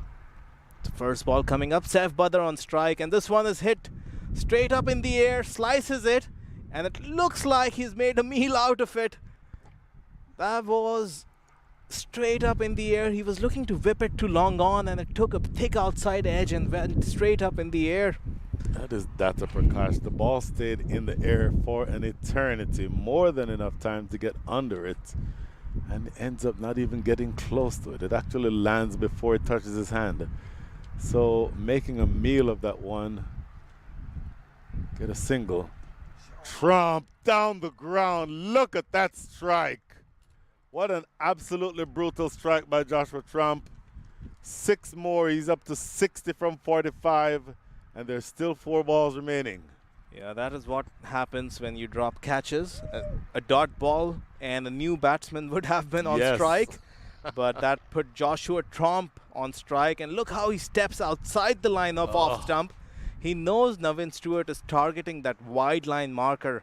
He's trying to go full just outside the off stump. He knew the plan, and the way he dispatched that delivery, that swing of the bat, just very impressive. Third ball of the over, and again this is hit straight down the ground, and it's gonna go for another boundary. 11 of this over so far. In the first 3 deliveries, Navin Stewart has been taken apart. 53 in 21 deliveries that he has bowled. Well, Navin Stewart has scored many 50s in his career, but I don't think he'll enjoy scoring a 50 here with the ball. 3 deliveries still remaining, and he's already gone for 50 from 3.3. Make that 53 from 3.3. And boy, this is turning out into, number 1, a confidence builder for the Houston Hurricanes, and number 2, evidence that the Chicago Tigers are struggling themselves. The problem with these last couple of deliveries, and in fact Sav Badr would feel he missed out too. The problem here has been the length. Yes. And it's the kind of shot where a free-flowing bat swing will meet on top of the bounce, and the ball is going to ping off the middle of the bat. So either you have to pull your length back and try and hit that splice of the bat, or you have to go fuller and try and hit the toe of the bat. You have to spear it in. There's nothing wrong with a good Yorker on leg stump. If the worst thing that can happen here, you see on the replay, the length is the issue. So I can understand what he was trying to do with the line, having it going towards the wide line out on the outside. Look where this ball is headed towards the wide line, but the length allows Josh Tromp to get underneath it and just going big down the ground. 3rd time that he's done that already in this over. 2 6s and a 4, so make that a 6 and a 4. And so, boy, you're going to have to get the length right. You have to bowl a length that either does not allow the batter to get underneath the ball, or it has to be, as you say, a sort of a short of length ball that hits the splice. And even though that second type I just described, I think just full Yorker, that length is more appropriate. And this is passing by outside the line of off stump, a wave and a miss. But once again, I don't think that was full enough. It has to be Yorker length. And it might have just been because it was a little wide outside off stump why Josh Tromp wasn't able to play that shot. Next delivery, short outside the line of off. They run through for a single. Is it going to be by or is it a wide? It's wide. So 2 additional runs, and it now brings Saif Badar on to strike.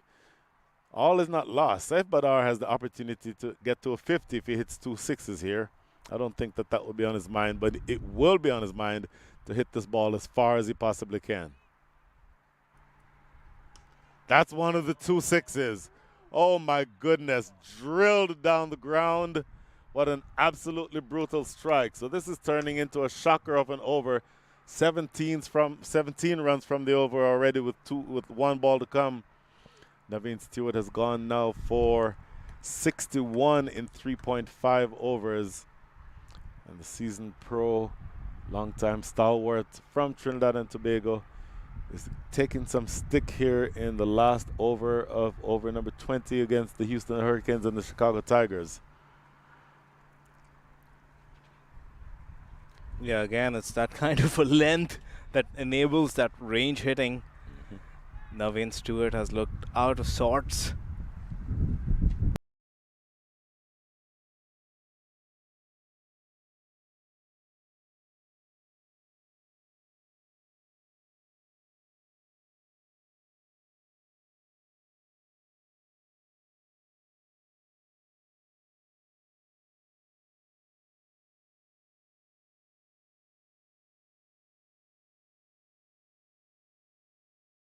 .20 overs, they would be mighty pleased.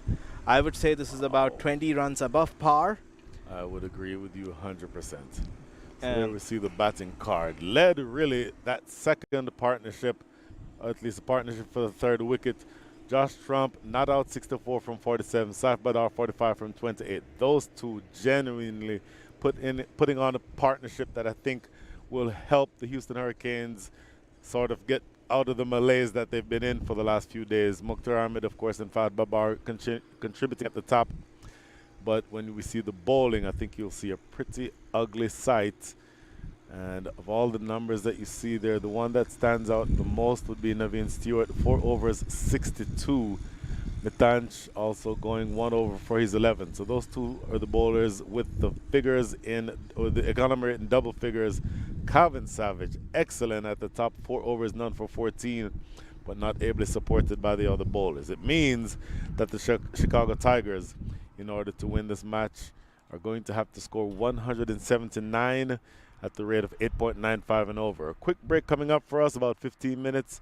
Quick roll to the pitch, and the changeover will be back in about 15 minutes, right around 4 p.m. Central Standard Time. See you shortly.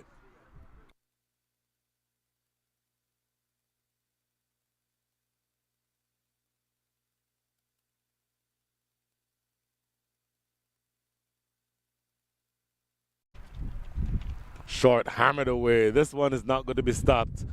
That was a very loose delivery. Cut away on Ali. Last delivery of the over. Hammered straight, and that's going to be 4 more. Off the back foot, plays it.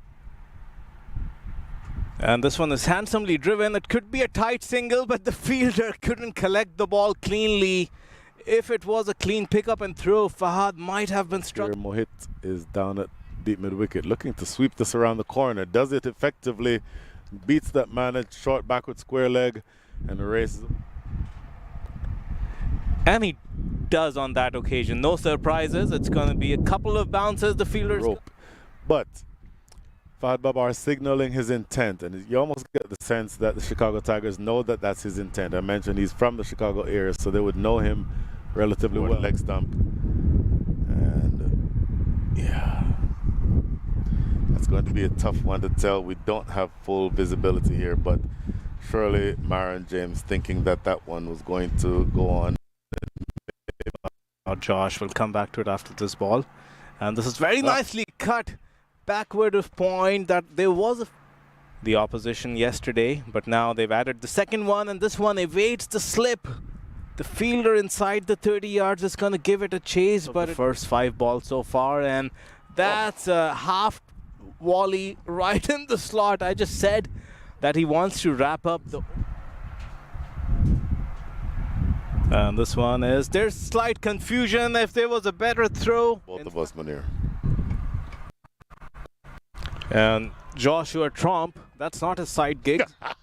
He hits those sixes down. Yes. May not work, but here he is again.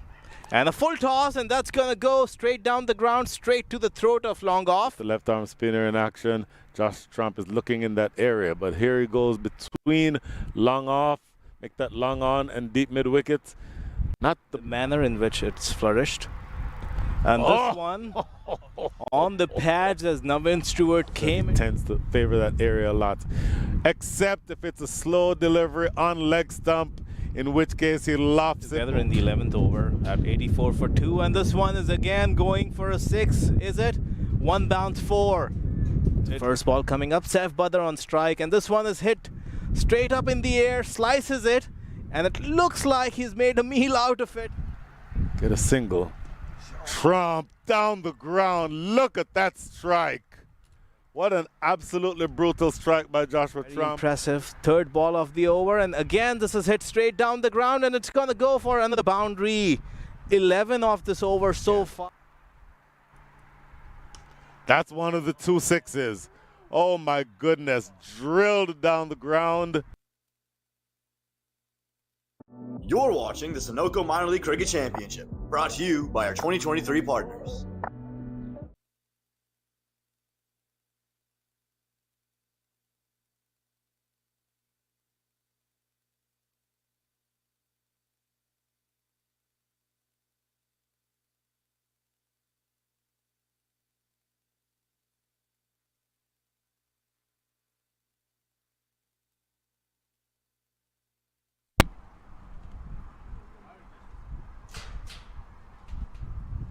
Oh, Whoa! Oh, okay.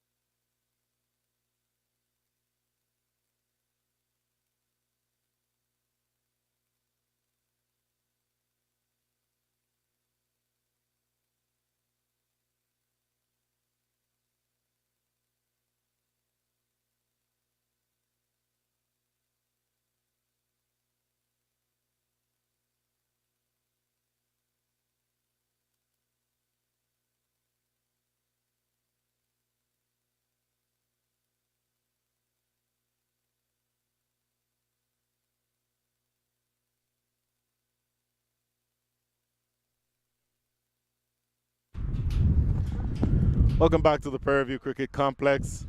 The last 20 overs of the Labor Day weekend extravaganza. The Houston Hurricanes batted well, dominating innings by young Joshua Trump. And looking at where they are right now, Joshua Trump, 64 from 47, 6 fours and 3 sixes, dragged the Houston Hurricanes to a competitive target of 178. So Chicago Tigers coming into bat. Opening batters are Jay Desai and Mitanch Nityanandam. I know I'm not saying that properly, my apologies. But they are your opening batters, and the opening bowler is going to be Hassan Rashid.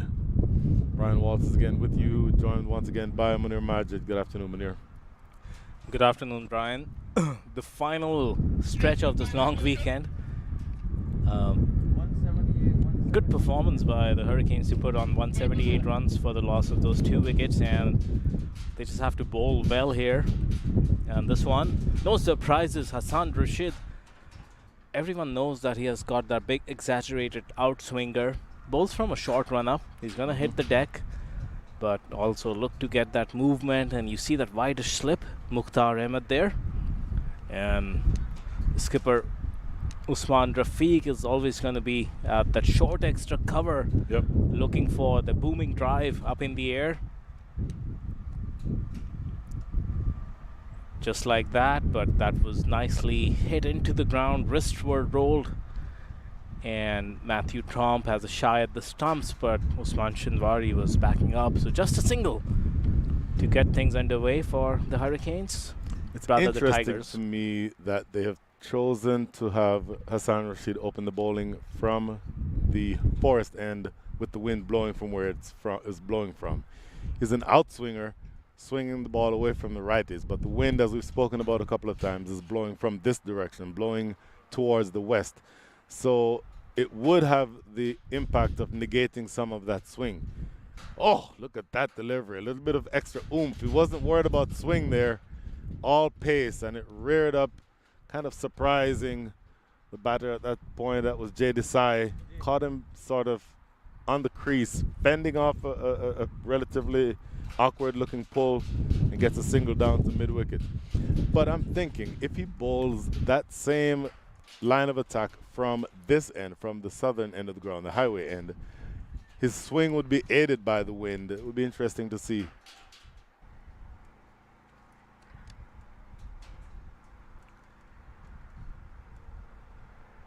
And this one again, slightly foolish this time.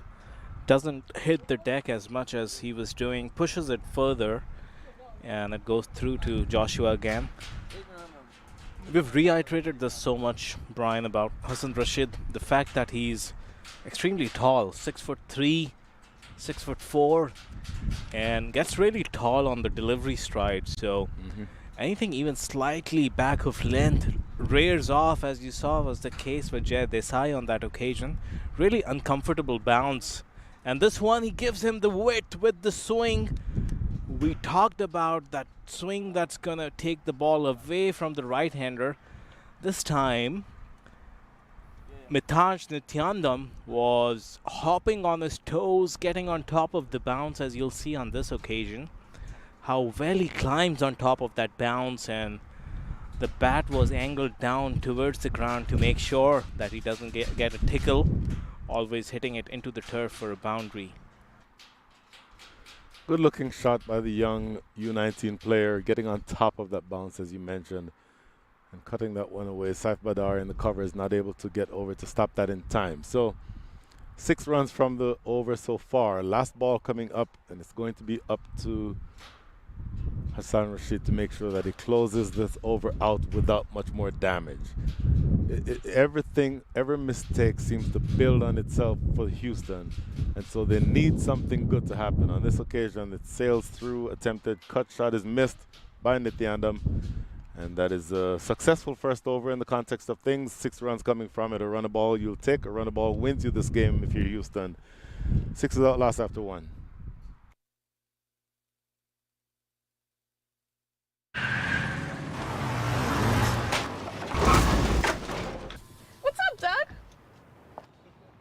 What got into you? At Sunoco, we know how to fuel peak performance. Fuel your best.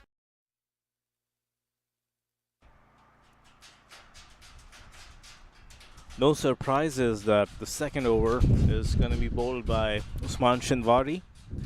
He's consistently preferred bowling from that end, the highway 290 end.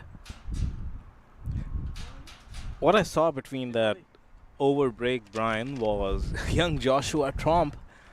He walked up to his skipper. He is keeping wickets, and he had some suggestions to make. So not only is the maturity that he's showing, but also the thinking mind behind the stumps. He always has the best view in the house about field placements, line of bowling. So he's lending his inputs to the skipper, as this is a good start by Usman Shinwari.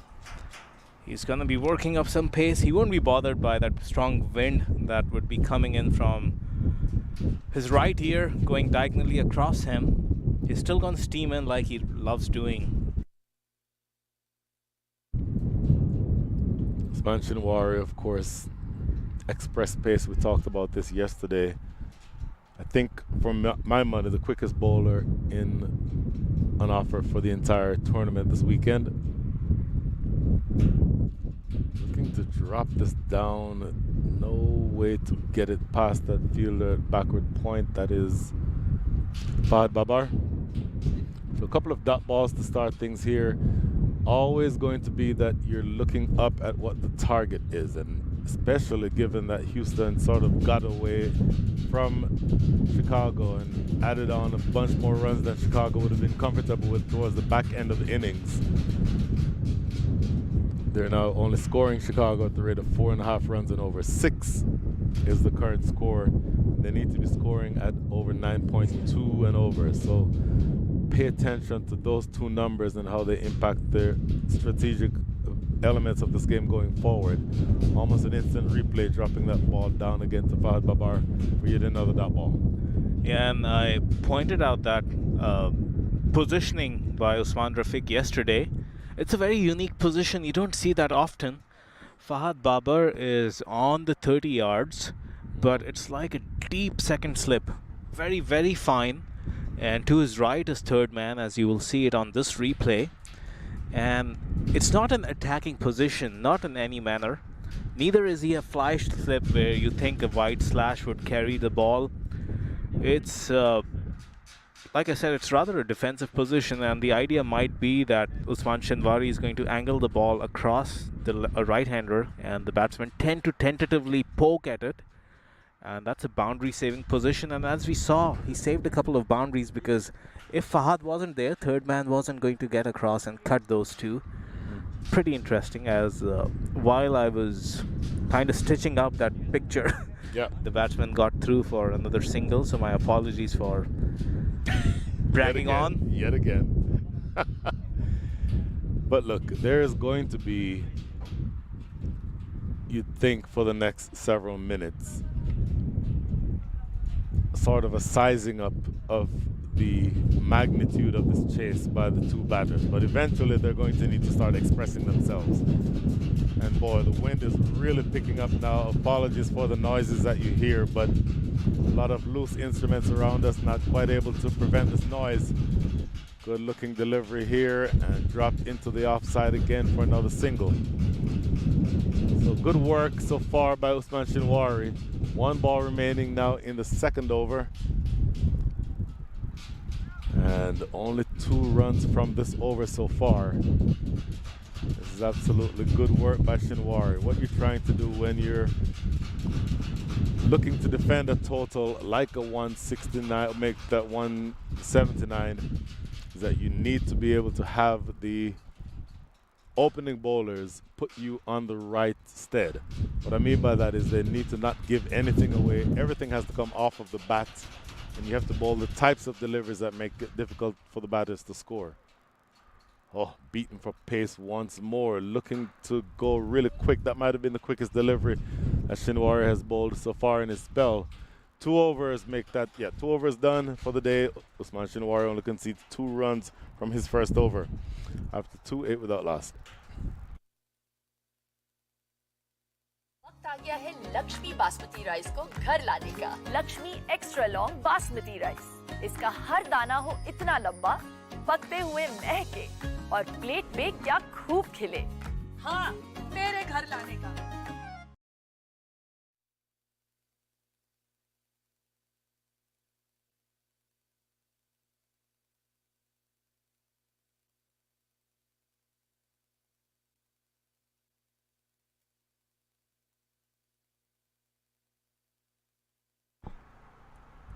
Hassan Rashid is going to continue from the forest end. The wind has considerably picked up in the last half an hour or so. Oftentimes, Brian, with winds of this magnitude, it also becomes difficult for the seam faster bowlers on their run up. It's not very easy to keep your bearings as you're charging in. Wind getting in your eyes, you lose sight of where you want to bowl. So they'll have to be extra careful not to spray anything. Yep. And even the fielders will have to be extremely cautious that the wind might carry certain balls more than they would estimate. And certain balls would just hang in the air because of that strong wind. Apologies for these clattering noises you're hearing. It's unprecedented winds right here at Prairie View Cricket Complex. Nothing unprecedented for Houston weather, though. That's nice back of length delivery, and it's nicely defended by Nityanandam. So those of you who are not familiar with the city of Prairie View, it is literally a prairie. It is out in the middle of the wide open eastern Texas landscape. There are no tall buildings.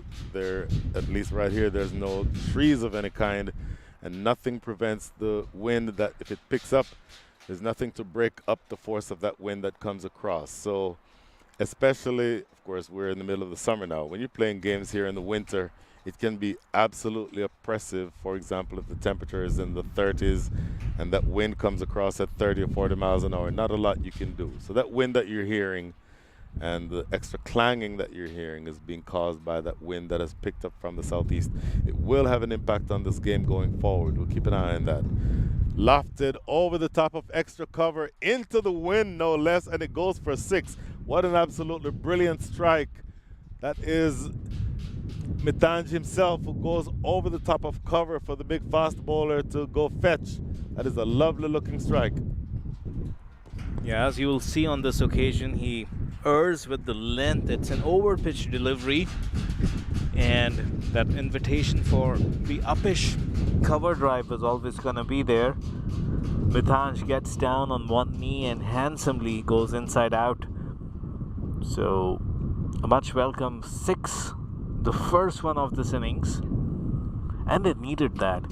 You'll realize with a chase like this, when you're looking at 179, if you have a quiet over, the required rate is going to climb up, and this one is better line and length from Hassan. A dot ball. Of course, you'd expect with the big fast bowler that if you got hit for 6 over extra cover, that the next delivery was not going to be a ball that the batter would play on his front foot.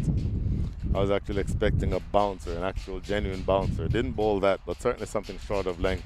And I suspect that's a similar delivery to what you'll see here.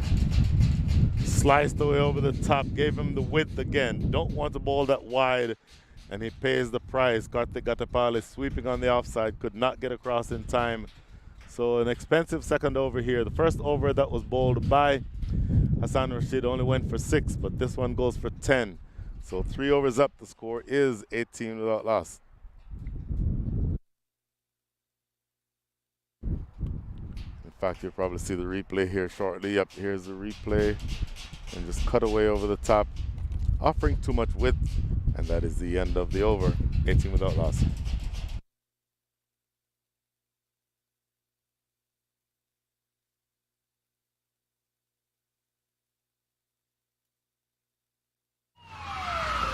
Took that last corner pretty quick. Sir, I need one hand on the roof, one hand on the pump.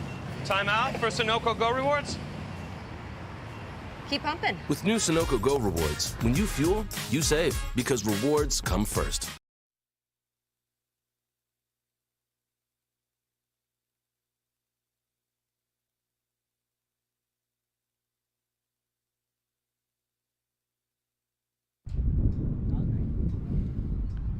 3 overs into this chase. The Chicago Tigers are scoring at exactly the rate of a run a ball. 18 runs on the board after 18 balls.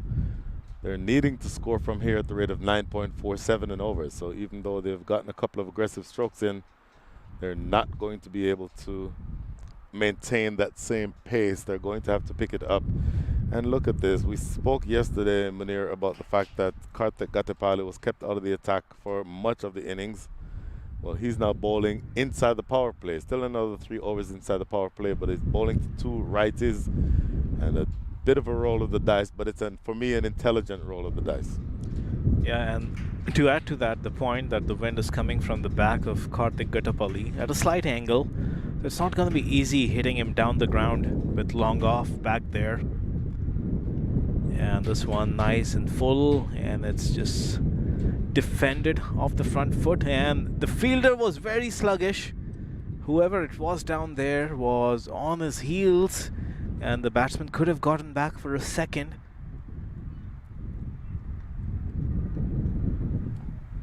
But no harm done. It's just a single to bring Mitesh back on strike. Mitesh looking good so far. Facing up to Karthik Gatepali. Gatepali left arm around the wicket. Oh, slanting in. And once again, apologies. The wind picking up. We're having a bit of hard time hearing ourselves think.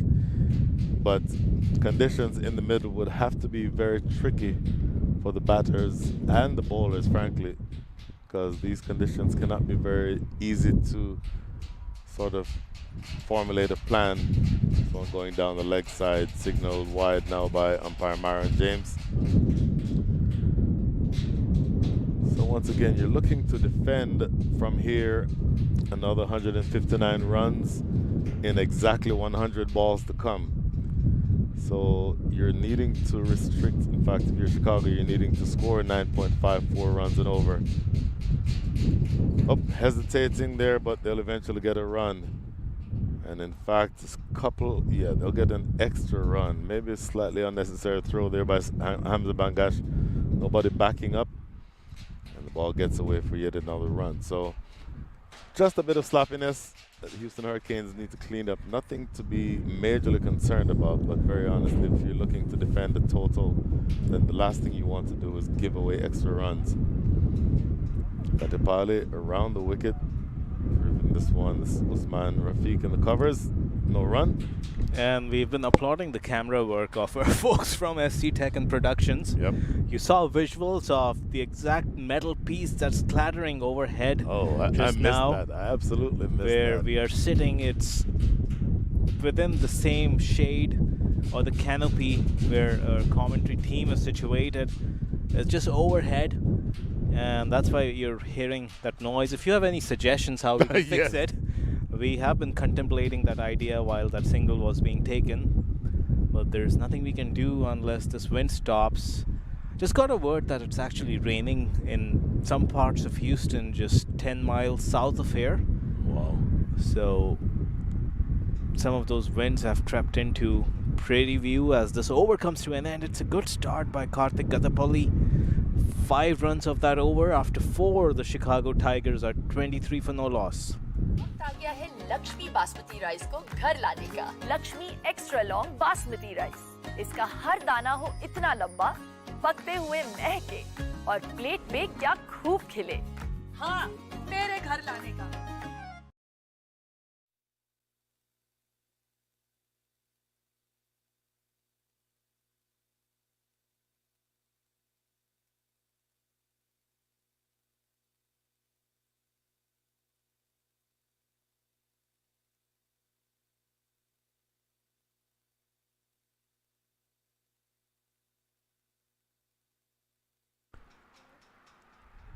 So you mentioned that Usman Shinwari prefers bowling from the highway end, southern end of the ground here in, I almost said here in Antigua,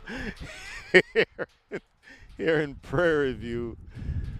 But Shinwari has switched ends and is now going to be bowling from the forest end. Interestingly, he will be running sort of with a cross breeze. And to the point that I made earlier in reference to Hassan Rashid, he's a swing bowler. He swings it into the right-handers. So the wind blowing from this direction, the eastern side of the ground, will actually aid with the swing. So look out for short short fine leg. Look out for deep backward square leg, because those positions I would think would be ones that come into play if this ball is swinging like I think it's going to be.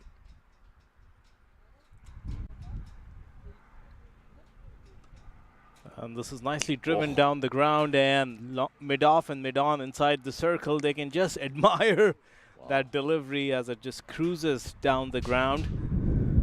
Usman Shinwari, he doesn't pitch the ball up as much. And of course, he's had a change in the ends. He hasn't bowled from that end in a while, not this weekend as long as I can remember.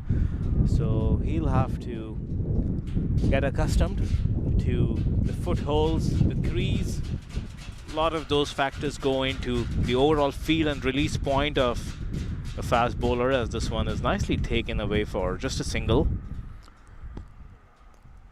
In the words of the former West Indian Colin Croft, if you want to drive, get a car. After he was struck down the ground in that way, I don't think that Usman Shinwari is going to bowl any other drivable delivery. So we're going to see, I think, a continuation of the same line, but that length is going to be short of length or shorter. Where he's not going to be like a bouncer short, because there's no protection in the deep on the leg side, but I don't anticipate that there will be anything else that will be there for the drive down the ground.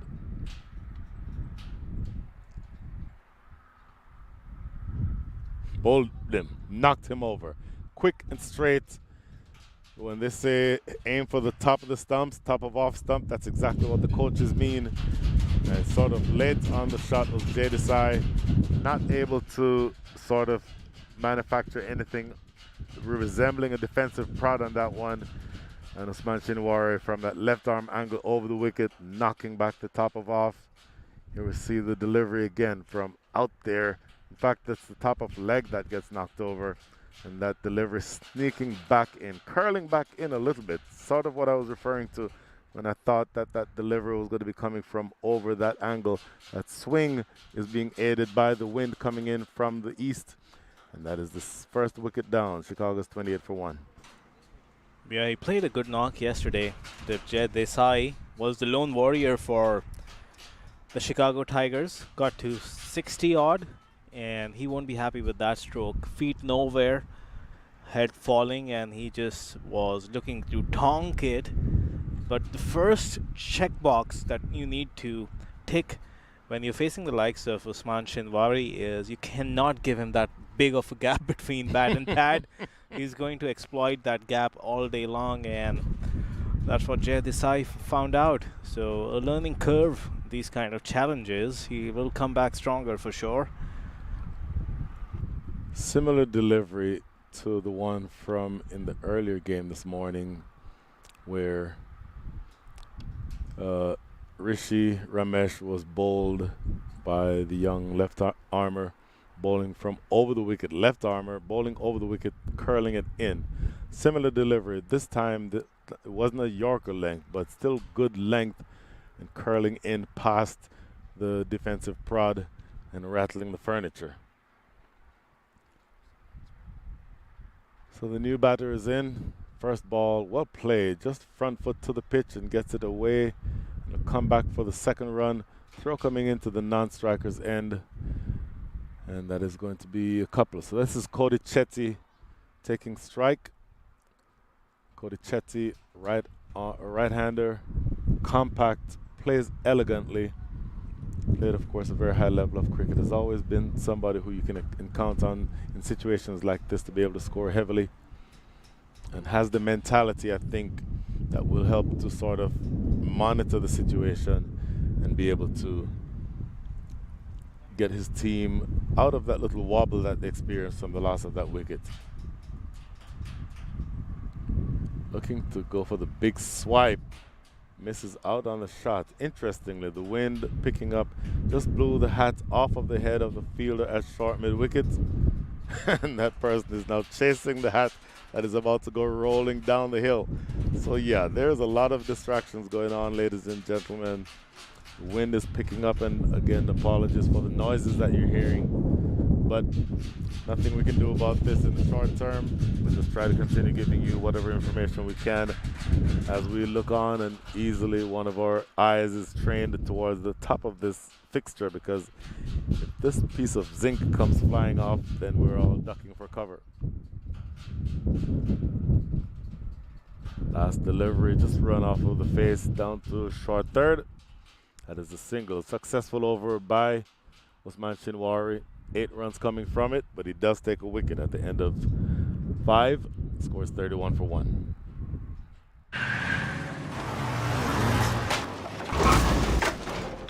What's up, Doug? What got into you? At Sunoco, we know how to fuel peak performance. Fuel your best.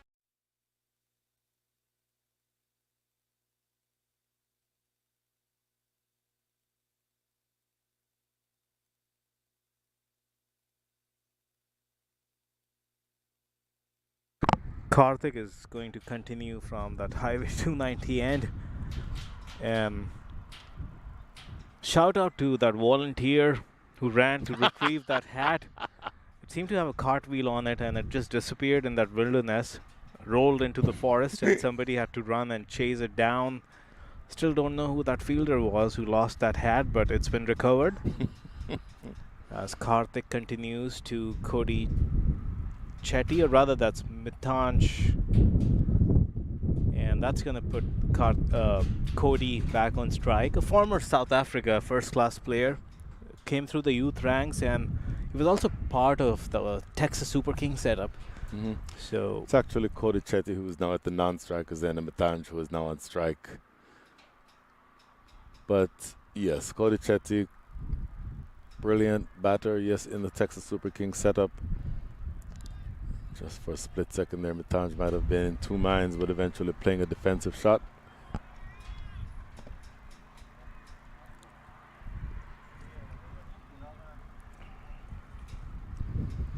Gatipali again, floating this one up and driven into the cover as 3 consecutive deliveries, that making it difficult to get off the square. Single from the first one, and the last couple have been dots. So this is good bowling by Karthik Gatipali. This is the last over of the power play too, so still bowling within the power play. That is really good activity by the young left arm orthodox spinner.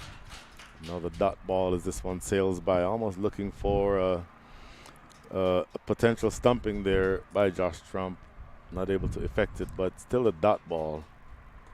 In the air for a while, didn't exactly carry it to Usman Shinwari at mid-on, but once again just another single. So this is really good effective bowling inside the power play by Karthik Gatipali. yeah, a bit of a leading edge, a little too early in that shot. Wonder if the wind is making it difficult for the batsman also to side these balls. Not this one. Cody Chetty, what a shot that is. Slightly over pitched, but you might reckon it was too full for that kind of a slog sweep. Picks it up almost like a scoop, as we see this one from Karthik. Too full and entirely too straight. Going down the leg side from around the wicket. Once again, almost similar to a shot that Josh Trump played in his swashbuckling innings. Going down the leg side, that does not present any opportunities or any threats whatsoever. And so 6 to close things out, the end of the power play. But I think Houston will be happy with where they are now. 6 up, 39 for 1. वक्त आ गया है Lakshmi basmati rice को घर लाने का। Lakshmi extra long basmati rice. इसका हर दाना हो इतना लंबा, पकते हुए महके और प्लेट पे क्या खूब खिले। हाँ, मेरे घर लाने का।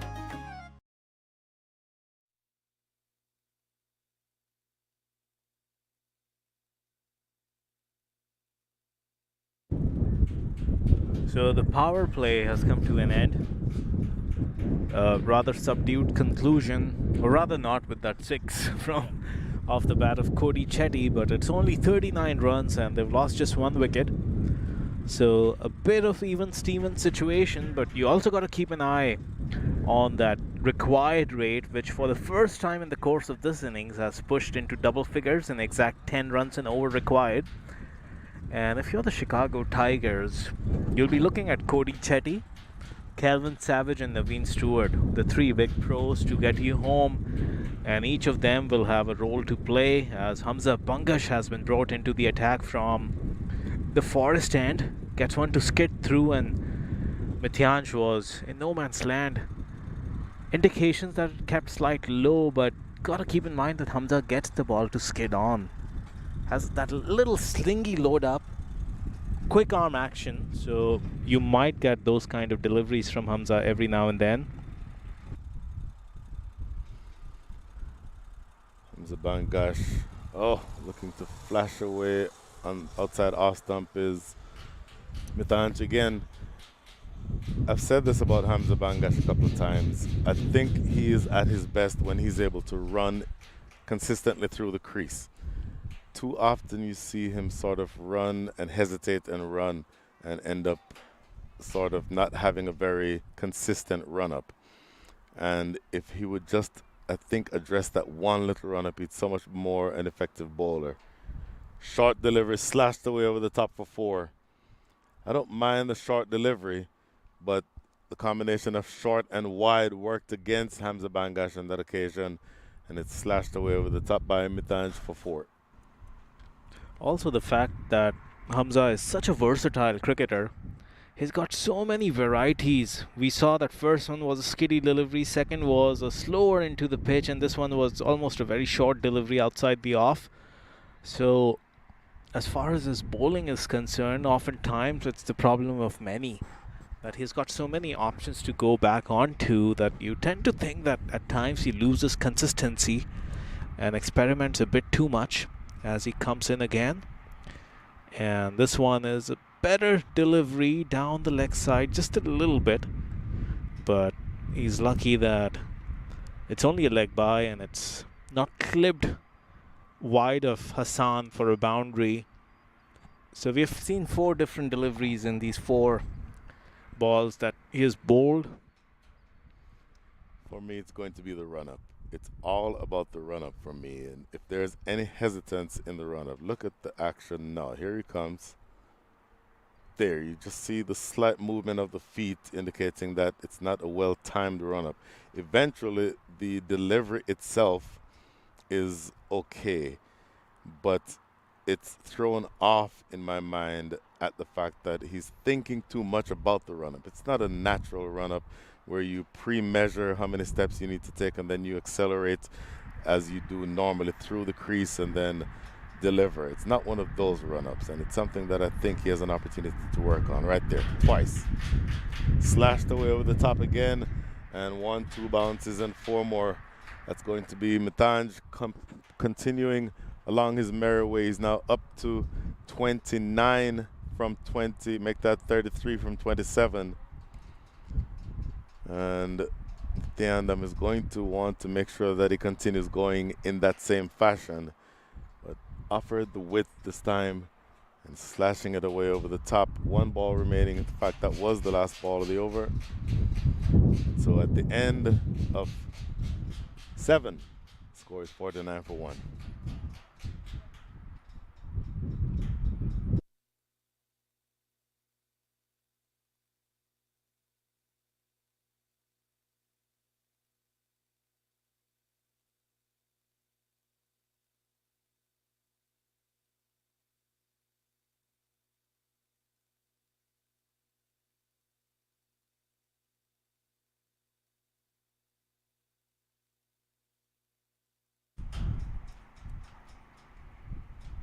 The Chicago Tigers started the 7th over of that innings needing 10 and over, and they managed to keep up with it, and they need to do that on just 13 more occasions to get onto the other side. Now it seems Usman Rafiq has brought himself onto the attack. He was pretty good yesterday against the artillery of left-handers with his traditional off spin. but also the fact that this would be the sweet spot, the happy place for Usman Rafiq, because of the fact that he's been able to use Karthik Gattapalli. He's one of his prime bowlers, the one he relies on, and yesterday, because of the curveball that was thrown at him by the Michigan cricket stars, he couldn't use Karthik, and he was looking for options. Might be safe to say that he miscalculated on a couple of occasions in the death and didn't have the right matchups, but today would be a different story. He's come on to bowl to Cody Chetty, who's himself got off to a decent start. 6 of 11, now 11 of 7. 11 off 7 for Cody Chetty, including a 6 going down the leg side on the last ball of Karthik Gattapalli's last over. Oh, look at this. Plays a cheeky little dab, running down the hill, sprinting down the hill. This is Fahad Babar. Pulls it back in time, coming back for the third, and they'll get there easily. So the work by Fahad Babar running back from short third saves 1 as they run through for 3. While we are seeing the strong win, I think the recipe for the Hurricanes might be to keep bowling spin, who would be bowling into the wind, so it would be difficult to go downtown to the spinners, but we might continue seeing pace from the other end. Nothing is set in stone, mind you. Everything can change over by over, ball by ball, as there's a loud appeal. Looks like that Mitanj was dragged by this delivery outside of his crease, hits him on the back leg. Umpire Myron James was pretty confident that there was nothing to it. Uzi, as the jersey says, is going to continue.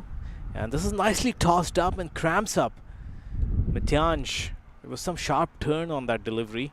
There was turn. It almost appeared like that the bat rotated in his hand. Don't know if we have time to look at that again, but at the point where he played the shot, it appeared as though the bat rotated in his hand. And if we get a chance, we'll see it again. But for the most part, a dot ball, precious commodity, is the result. Make that 2 dot balls. Usman Rafiq, mind you, has been going through a purple patch in his career. He's been at the prime of his bowling prowess, crawled his way back into the USA national team on the back of his performances in the last season, and this one was dropped rather short to his liking. Luckily for him, Mitanj found the only man patrolling that boundary backward of square, straight down to Mukhtar Ahmed. At the end of 8 overs, the Chicago Tigers are 53 for 1. Took that last corner pretty quick. Sir, I need 1 hand on the roof, 1 hand on the pump. Timeout for Sunoco Go Rewards. Keep pumping. With new Sunoco Go rewards, when you fuel, you save because rewards come first. 53 for 1 as a reminder. This is the Sunoco 2023 Minor League Cricket Championship. Absolutely great to have Lakshmi as our official partner. Brews Minor League Cricket's Cricket for the Community partner, and Dolphin Media is MLC's outdoor partner. All these entities put together along with absolute wonderful work of SC Tekken Productions, who's bringing you everything that you see on the screen in front of you. Now Hamza Bangash with the ball in hand, coming back to bowl his second over. Short ball lofted down the ground, not exactly timed cleanly, but there should be 2 runs in it. That was played by Mitanj, and almost like that short delivery surprised him. Or Mitanj, my apologies. But 2 more runs. That last over by Usman Rafiq only going for 4 runs, so that would have aided in the attempt to sort of have the required rate continue going up. Yeah, it went up to 10.5 from 10. And such as the time of the innings, every delivery is going to be an event. Every over that goes under par as far as the Tigers are concerned is going to boost that required rate further up and push this game out of their reach. There's some positive intent by these two, but Mitanj also, although he has looked very good in the middle, that strike rate 37 of 33 is just not good enough in the context of this game. And what that also does is exert extra pressure on someone like Cody Chetty. So he would like to get a move on. It's Cody on strike right now. And this delivery, Hamza Bangash, we talked about it. Brian Walters kept pointing out the fact that the ball comes out of the hand of Hamza Bangash quite differently if he's not nailing his run-up. And as you'll see there, he has that little stutter. He starts strolling or jogging into his run-up. And then that little stutter to gain pace at times is not rhythmic. He's not a bowler who relies on rhythm. He exerts a lot of pressure in that final delivery stride, and we spoke about the variations he keeps on trying. Yep. Problem of too many combined with that run-up that's getting ever so difficult running against that wind might be accumulating the problems for Hamza Bangash. He's gone for 16 and 9 deliveries. He's got to ensure that he's not defying the good work that's happening from the other end. Good delivery, at least the length. The line was a little too straight, and actually lucky to get away with only a single there. That was clipped around the corner. Hassan Rashid getting his big body down to make sure that that did not get past him. Lucky to get away with just a single there, Hamza Bangash. So 8 have come in 4 deliveries of this over. They've got to make up for the 6 runs they lost in the previous over, because that over went for only 4 runs. The first over from Usman Rafiq, they're needing 10 and over.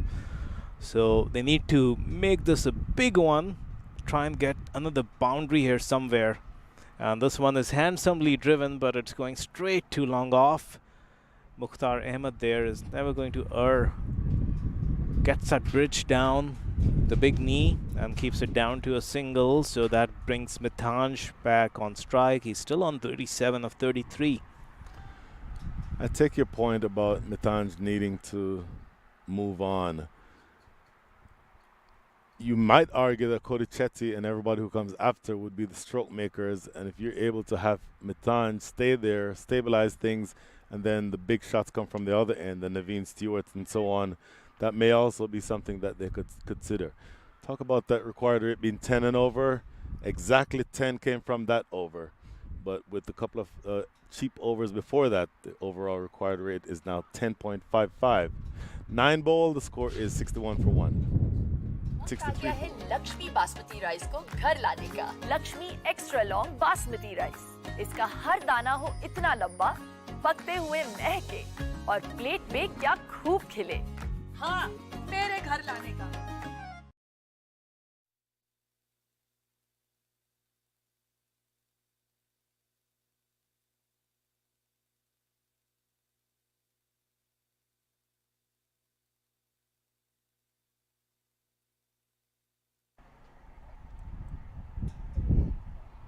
So it's again gonna be that number 7 jersey, skipper Usman Rafiq, who's gonna continue into the wind from that Highway 290 end. It's been a long toil for everyone involved over this long weekend.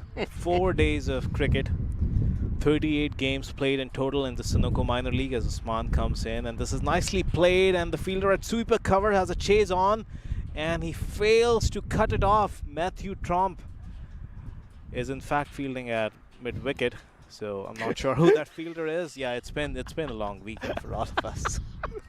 Well, that fielder is probably 150 yards away from Matthew Trump. Yeah, but couldn't we all do with some carb reload from those wonderful Lakshmi Basmati rice at the end of this weekend? I've been looking at these commercials and thinking I wish I had some biryani right now. Yeah, it's quite tempting, those steaming rice with the fragrance of that wonderful Basmati. Oh, I've looked at it too long. I am absolutely wanting some biryani. Oh my goodness.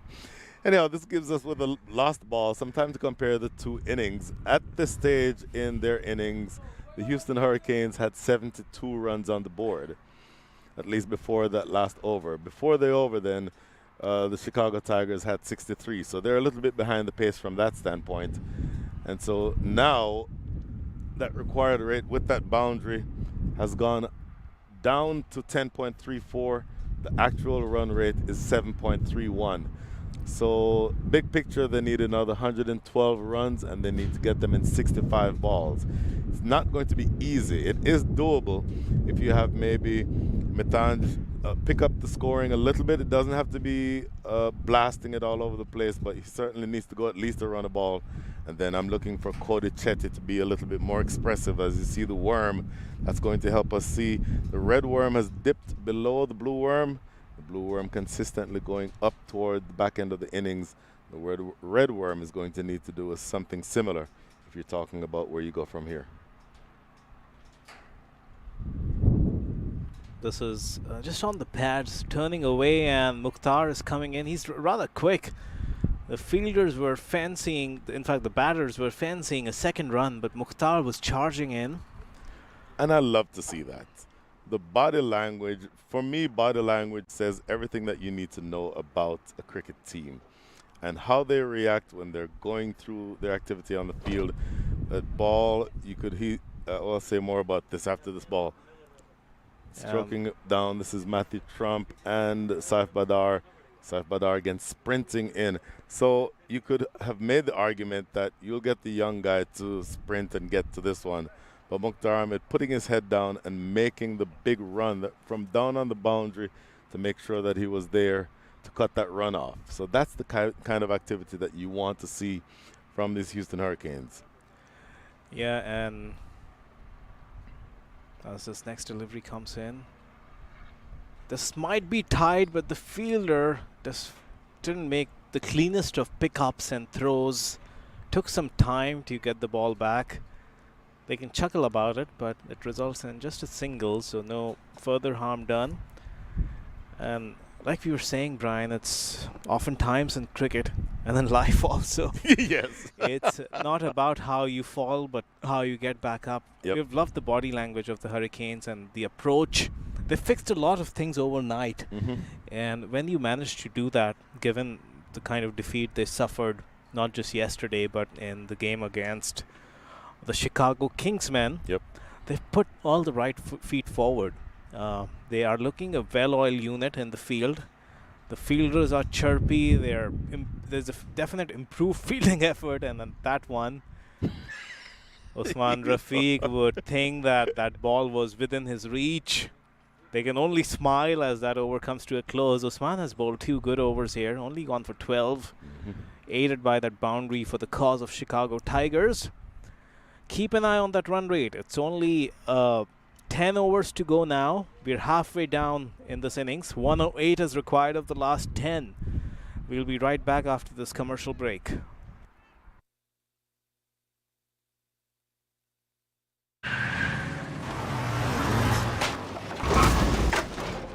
What's up, Doug? What got into you? At Sunoco, we know how to fuel peak performance. Fuel your best.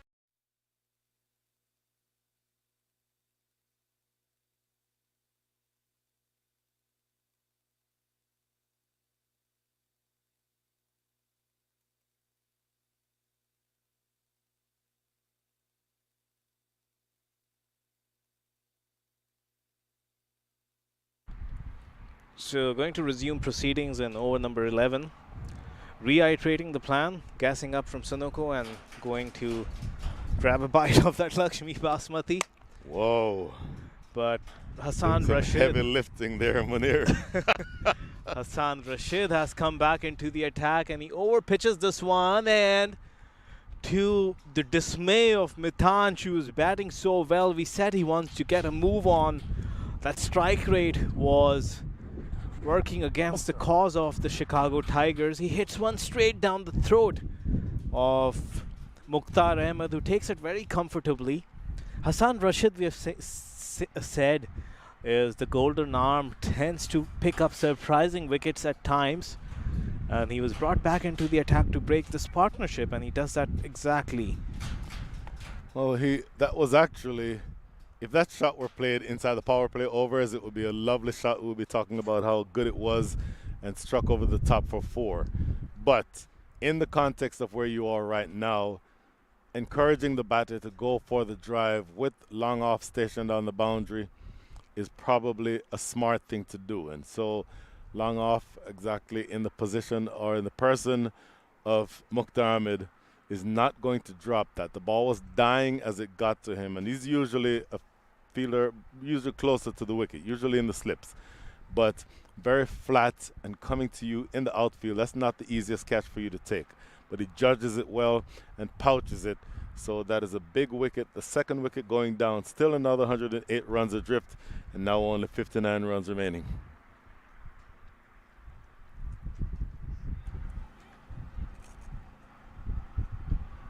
And remains to be seen who the next batsman is, with only 59 deliveries remaining in this innings. The run rate now is inching towards 11 and over. 10.98 to be precise right now.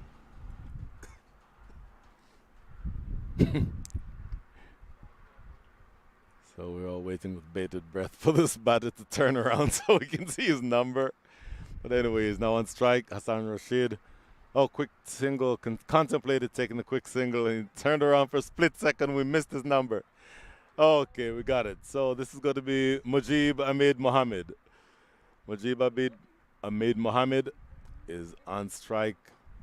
Could not get off of strike, and two dot balls, two precious dot balls. With those two dot balls, that required rate that Munir we're talking about has now gone up over 11. It's 11.17. If you're the Chicago Tigers in a chase like this, I wonder how many balls do you want those two power hitters, Calvin Savage and Navin Stewart, to face? 15 apiece, half of these overs, maybe more, but the longer you keep them in the dugout, that required rate is just going to keep crawling up. So that's a gamble they have to take. But meanwhile, Mujib Mohammed has the task of getting a move on right from the word go. There's no time to get a sense of this pitch or absorb any dot balls. The pressure is on. And Cody Chetty is going at a decent notch, 26 of 14. He would be the prize wicket as far as the Hurricanes are concerned. He's on strike now to Hassan Rashid.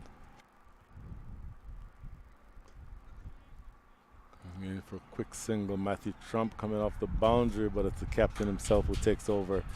So another single here.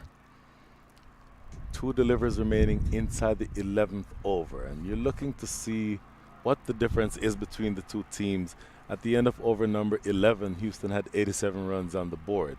As of right now, 73 on the board for Chicago, so they're a little bit behind the pace there. But wickets in hand, and you mentioned Navin Stewart and Calvin Savage. But in order for one of them to have a role to play, as an appeal is given, the slow finger of death going up by Owen Brown. Full and straight is what was called for here. And how big a wicket is this? We said that Cody Chetty is the one that they wanted to see the back of. And in this case, it is actually Mohammed who was struck right in front, and the slow finger of death being experienced by, oh, look at the reaction there. You see the reaction by the bowler himself, Hassan Rashid, who knows the difference that these wickets can make. Didn't get the big fish they were looking for, but Mohammed is still gone back in the hutch, goes without opening his account, did not trouble the scorers. Score is now 73 for 3. Yeah, that's absolutely dead. By the look of it, he was trying to get across in line with the stumps and just work it to the leg side. What was more interesting to me was when the dreaded finger came up, the body language of Mujib was as if he wasn't willing to leave. It wasn't directed towards him. Even went back to Cody Chetty as if they were consulting to go for a review. But eventually, sure why you're still here. nothing's going to come to his aid. No. He'll have to go back, and you'll see that again. He walks to middle and off, and he's trying to pick it from the stumps and work it to the leg side. Crashing into the middle of middle stump. As dead, as plumb as it gets. And you'll see that finger. He just casually keeps strolling. No intention of going back, but meanwhile, it remains to be seen who the new batsman is. Mohit Patel. Mohit Patel, the U21 player. fielded down on the boundary for much of the innings when Chicago was in the field, but he's being asked to do something very different here. Help drag his team from a really unenviable position. Here's the first delivery to him, which is the last of the over, clipped down to square leg. At least one. Do they come back for two? No, they don't. Good strong throw from backward square. That's Fahid Babar down there patrolling. So successful over. 2 wickets coming from that over. The reintroduction into the attack of Hassan Rashid does well for the Houston Hurricanes. 3 runs from the over and 2 wickets. So that is the end of 11. The score is 74 for 3. वक्त आ गया है Lakshmi basmati rice को घर लाने का। Lakshmi extra long basmati rice. इसका हर दाना हो इतना लंबा, पकते हुए महके और प्लेट में क्या खूब खिले। हाँ, तेरे घर लाने का।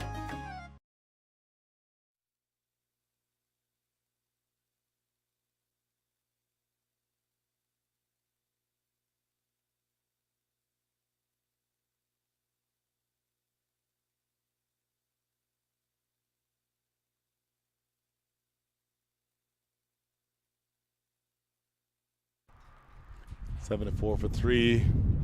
This is week 5 of the Sunoco Minor League Cricket Championship 2023. Lakshmi is our official partner.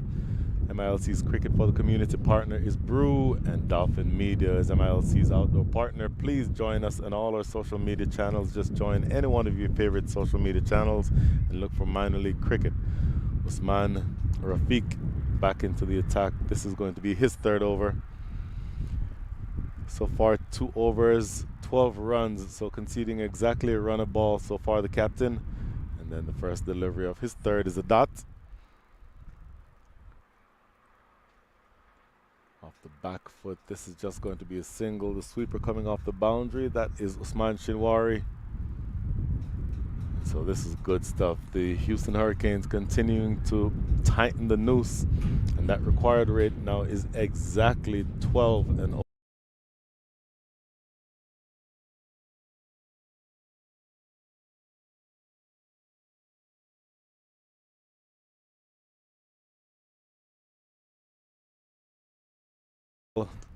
and Cody Chetty. Cody Chetty, one feels, is going to be the key to what happens from this point onward in this match. Using his feet, driving through the offside.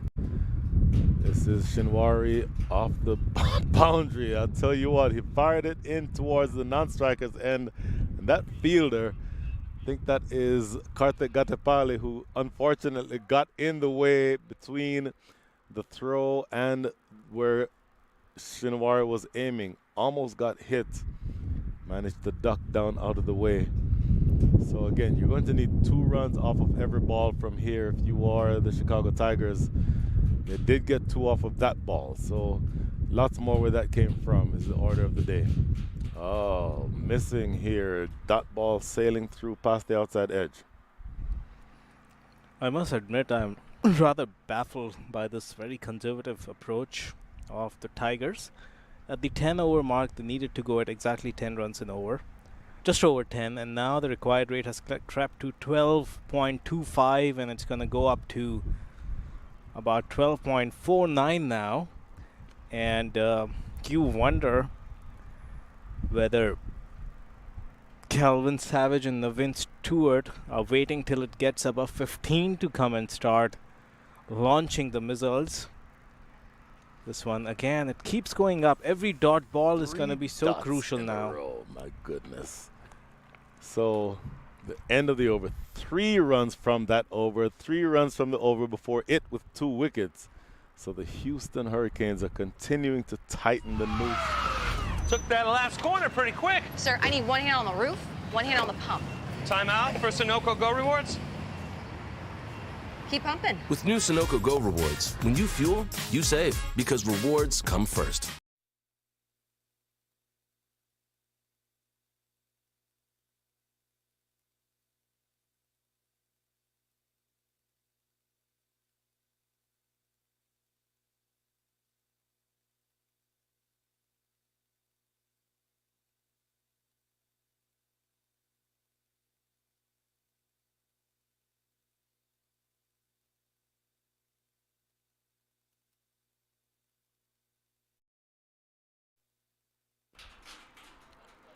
So Hassan Rashid will be bowled out. His 3 overs so far have been very, very beneficial.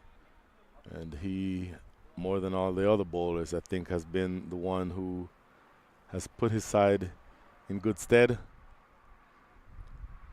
Full and down the leg side. Maybe wide. Let's see if the signal comes from umpire Owen Brown. There is a signal for Owen Brown, or from Owen Brown, signifying a wide. Did not take that extra run, so didn't hurt you there from that perspective. But last over here from Hassan Rashid starts with a wide. 3 overs so far, 3.1. Make that after that first delivery. 2 for 18. And the economy rate is exactly what you'd want from your opening fast bowler, along with taking wickets. So done well so far. And in fact, yep, there's the signal from Owen Brown. So officially denoting that that ball was a wide. So Hassan Rashid still has 6 deliveries to go in his spell. This is the last over.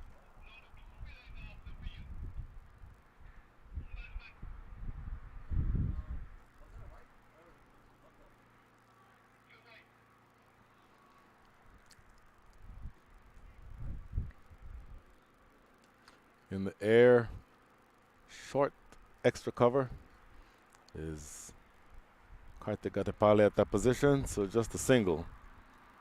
So a bit of confusion as to whether or not that was a wide. I believe it was, and umpire Owen Brown signaled that it was, but we'll get some clarification on that in a second. Big picture, still need another 100 runs, and you need to have them in 47 balls, so this is getting more and more difficult for the Tigers. Down the leg side, that's a bad ball, and it gets the treatment. And in fact, just a tickle, anything on that comes, whether it be off of the bat or off the body, would still always run away for 4. Nobody in the deep on the leg side, at least not from that direction. And then the fielder who is at backward square leg, that's Shinwari, entirely too square to be able to get to that. All is not lost, but they need to get a move on it right now, Munir. Absolutely, Brian. And going back to that wide delivery, rather controversial that a couple of fielders converged and had a little debate with umpire Owen Brown.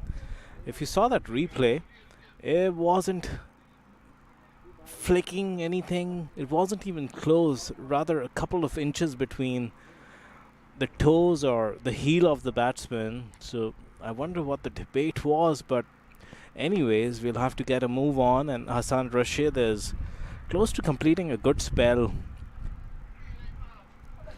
Here we see again, looking at the wide. Not sure exactly why there was controversy, but let's see. Good work here. Slow. Oh, don't think it hit anything, but it passed very close, almost Yorker length, and would have passed close to the foot of the batter. Maybe that's the source of the controversy. Either way, big picture doesn't matter. 3 deliveries remaining in this, the 13th over. 83 runs are on the board. And Hassan Rashid is bowling well. Slower delivery, lofted in the air. A lot of work to do. Running back is that fielder, not going to be able to get to it. Didn't hit that cleanly as he wanted to, Cody Chetty, but got enough of it to have it go away to the boundary at deep mid-wicket. So welcome runs here for the Chicago Tigers, and 4 more to Cody Chetty. Yeah, there were 3 fielders who were converging mid-wicket inside the circle. There was a deepish square leg who also ran through, and long on also came in. Ended up just a teaser for all 3 of them and went for a boundary. Yep. That gets some momentum into this innings, but it's still a very difficult and uphill task. More than 12.5 runs an over required. There have been 2 boundaries, a wide and a single, so 10 runs off this over already, and that's not going to be enough. They need another boundary to close this over strong. Such is the magnitude of this task, and he is going to get that boundary by the look of it. In fact, Saif Badr, take a bow. The senior pro chasing it down to the last moment and makes a great diving stop, just few inches inside the boundary. And also the teamwork between those 2 fielders. Both of them gave the ball a chase. So like we've been saying, the Hurricanes have come up with a very positive mindset. Their body language has been very good today, and that's what you want to see from any team at this level. Absolutely. Saif Badar, and then the 12th man, Ashraf, is who was there to make sure that he helped with the cleanup work. The teamwork is what you want to see. A dot ball here closes things out. 12 from the over. Could have been worse. 89 for 3 after 12. After 13. वक्त आ गया है Lakshmi basmati rice को घर लाने का। Lakshmi extra long basmati rice. इसका हर दाना हो इतना लंबा, पकते हुए महके और प्लेट पे क्या खूब खिले। हाँ, मेरे घर लाने का।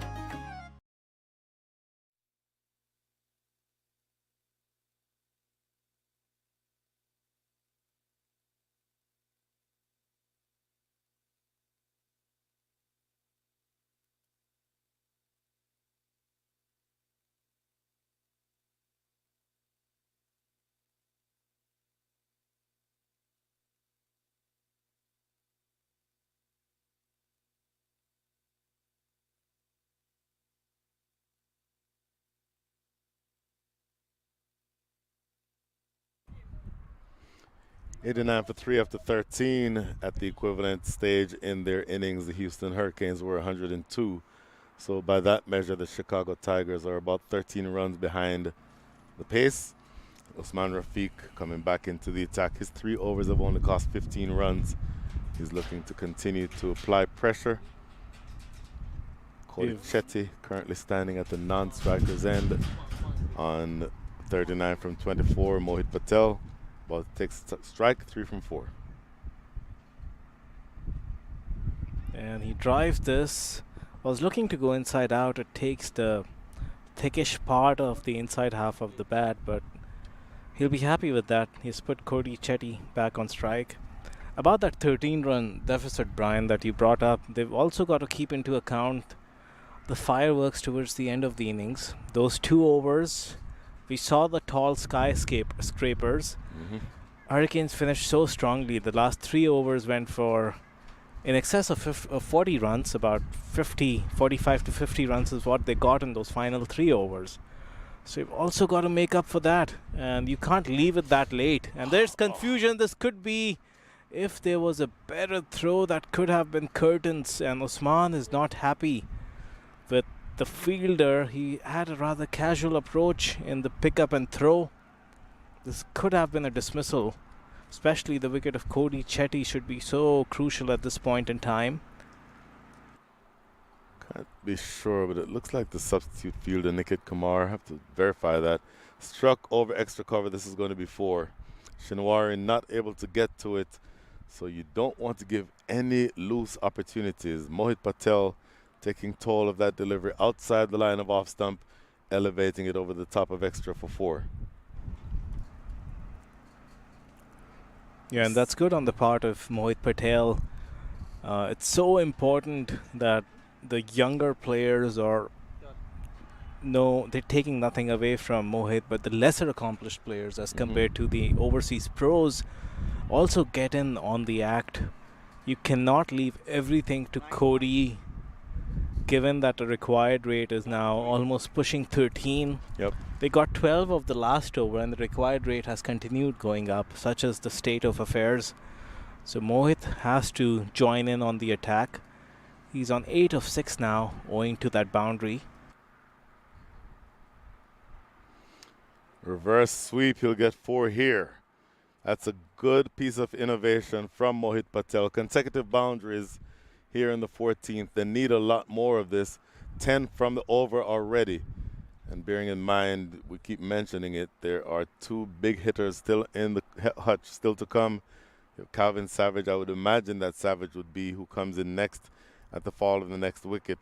So very frankly, Mohit Patel is in a situation where he has to play shots.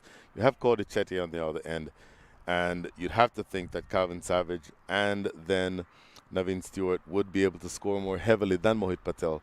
So it is mandatory for him to express himself here. Again, you're not looking for him to run down the wicket. You're not looking for him to be reckless, but you're looking for him to force the issue and score as many runs as possible. Yeah, given the fact that there's only 38 deliveries remaining in this innings after that previous delivery which went for a 4, you want your power hitters to face the maximum number of balls possible. They've almost got to 100 runs, but like we said, the acceleration towards the end of the innings of the Hurricanes was always pushing that total out of the reach. Meanwhile, looks like Usman Rafiq is down on his feet, maybe just catching a breath and some refreshments while that ball is being retrieved. The umpires have been a little lenient given how much time is spent in retrieving those balls. They've overall been pretty good with the timekeeping.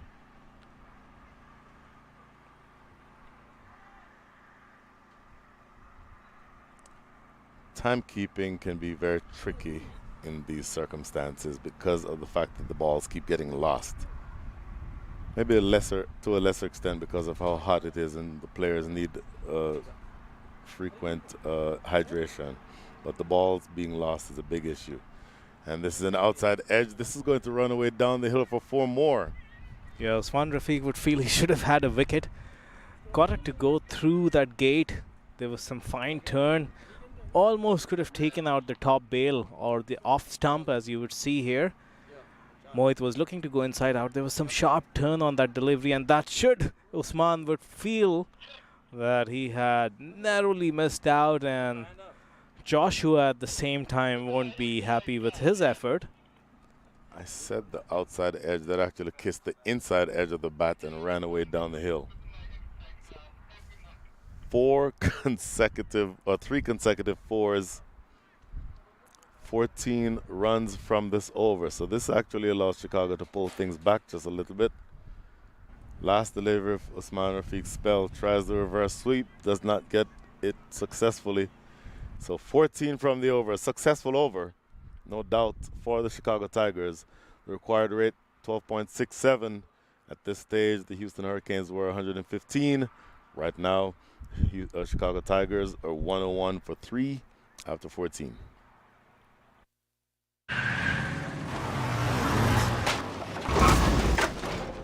What's up, Doug? What got into you? At Sunoco, we know how to fuel peak performance. Fuel your best.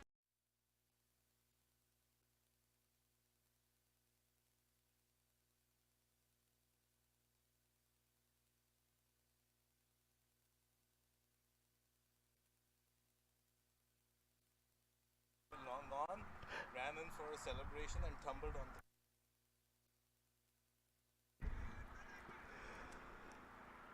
Business end of this match. The last 36 balls. In those 36 balls, the Chicago Tigers need 76 runs. And I think what they need more than anything else is the ability to have Calvin Savage at the crease. And in order for them to do that, you're either having Calvin Savage at the crease or you're having somebody who hits like Calvin Savage at the crease. We're looking at you, Mohit Patel. 16 from 9, which is really good. 3 4s, so he's hitting it at a strike rate of 178, but he needs to continue doing exactly that. Hamza Bangash coming back into the attack, and we'll see how he can, or if he can regain the magic that he did in his first over. Yeah, you see on the bottom right corner of your screen how Sev Badr ran in from long on and had a long chat with Hamza Bangash. Only those two can tell what the discussion was about, but it was pretty animated, and the only hand gesture we could pick was cutters into the pitch. Just like that. That was a short delivery. Oh my goodness, Cody Chetty is pleading for that to have been adjudged a wide. It was signaled a short for the over, short ball for the over.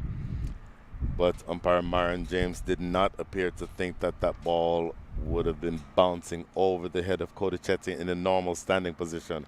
So it's going to be important for people to recognize what that rule is. We can go over it later if you all would like. But a precious dot ball. That's not a dot ball. Sliced away over the top for 4. These are valuable runs that Cody Chetty is looking to manufacture for his side. A dot ball for the first delivery, but the second one gets flayed away over the top of 3rd for 4. I'll tell you what. How many boundaries has Hamza conceded to that third man while that man is inside the circle?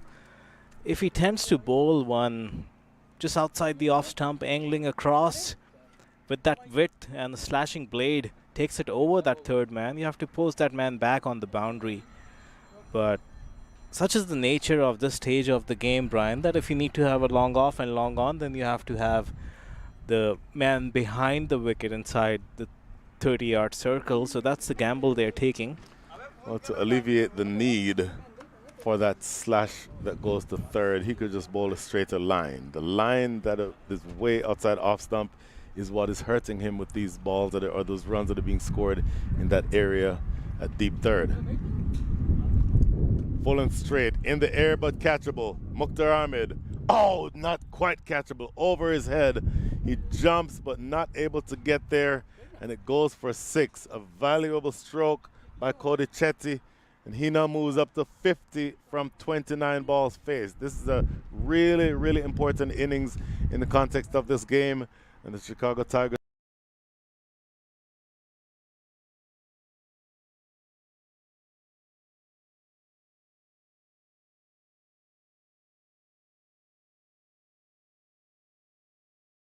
man behind the wicket inside the circle.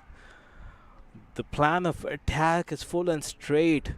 That kind of ball, the batsman can very well get underneath the bounce and get that distance. This one gets a thickish inside edge and luckily goes nowhere. They still come back for 2 runs, so good returns in this over, a 4, 6 and 2, so 12. They met the required run rate. Keep an eye on that figure.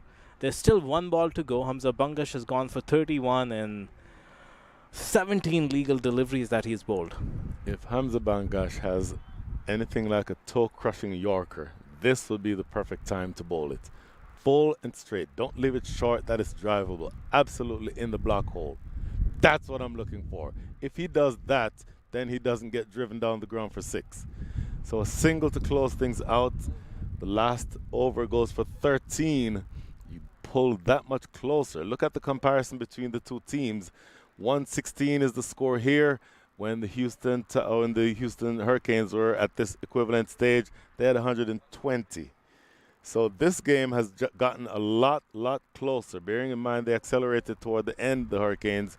But of course, the Tigers have the capability of doing the exact same thing. We're not done yet. 5 more overs to go. We'll be right back. वक्त आ गया है Lakshmi basmati rice को घर लाने का। Lakshmi extra long basmati rice. इसका हर दाना हो इतना लंबा, पकते हुए महके और प्लेट पे क्या खूब खिले। हाँ, मेरे घर लाने का।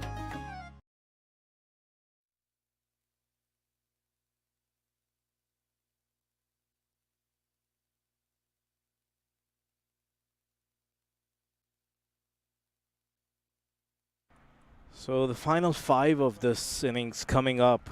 30 deliveries, 63 required. Some impressive stats on part of the Chicago Tigers are owing to the fact that that run rate is now almost at 8 runs and over, 7.73 to be precise. It was hovering around just under 6 to 6.5. It's been in that range for most parts of this innings. It's only in the last 3 overs or so that the acceleration has come, and boy has it come this way. They've hit 3 consecutive 6s to Usman Rafiq in his final over, and Hamza Bangash's last over went for 13. In fact, 4 boundaries. I've been corrected by Brian. So they've brought on the long handle, and Mohit Patel has been very impressive, and Cody Chetty got to his 50 in the previous over owing to that big 6. He's batting on 54 of 32 now. He has been the backbone, and he has been a mainstay in this chase. If they are to get home, Brian, the 50 is just not gonna do. He's gonna have to convert this into a big 80, 90. He'll have to score the bulk of these runs, but they've also got the likes of Calvin Savage to come and Navin Stewart. This one is pulled back in its length by Karthik, and smart thing by Mohit is to give the strike to Cody, who's really good off spin bowlers.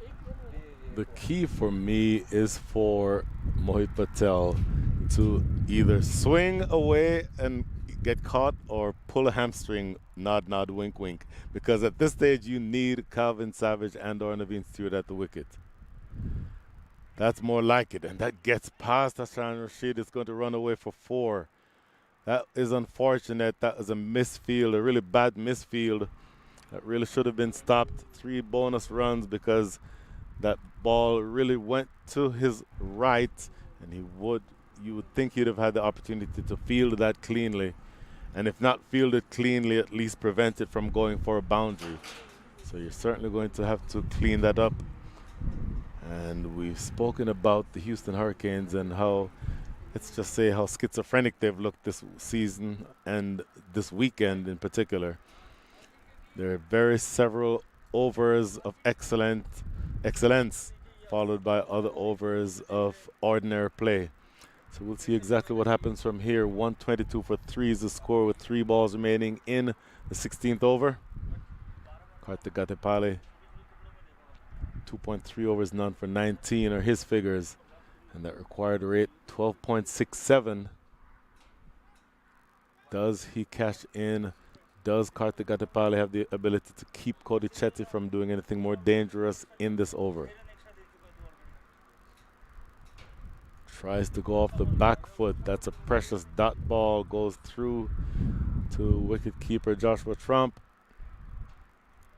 And these next 2 balls one feels will have a huge impact on the rest of this match. Reverse sweep being attempted and also comes up empty.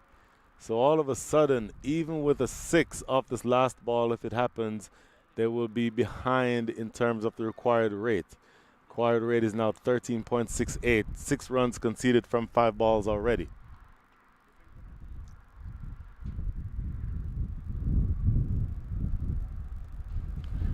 Stroked down to deep square leg. That's just going to be a single. Hamza Bangash, what an excellent over.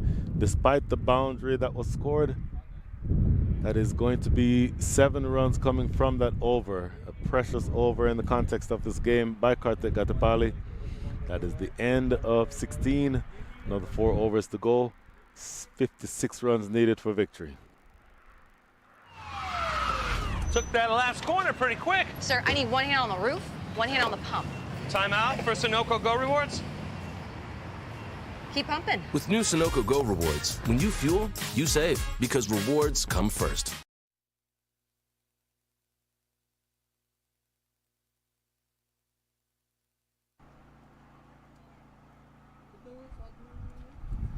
Only 4 overs to go in this innings, and no surprise that Usman Shinwari has been thrown the ball as expected.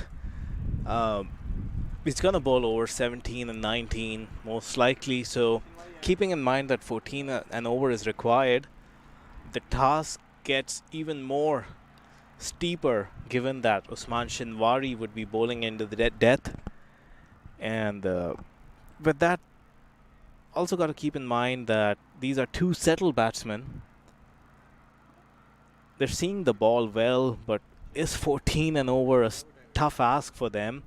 They've just brought up their 50 partnership, 31 deliveries. They came together at 83 for 3.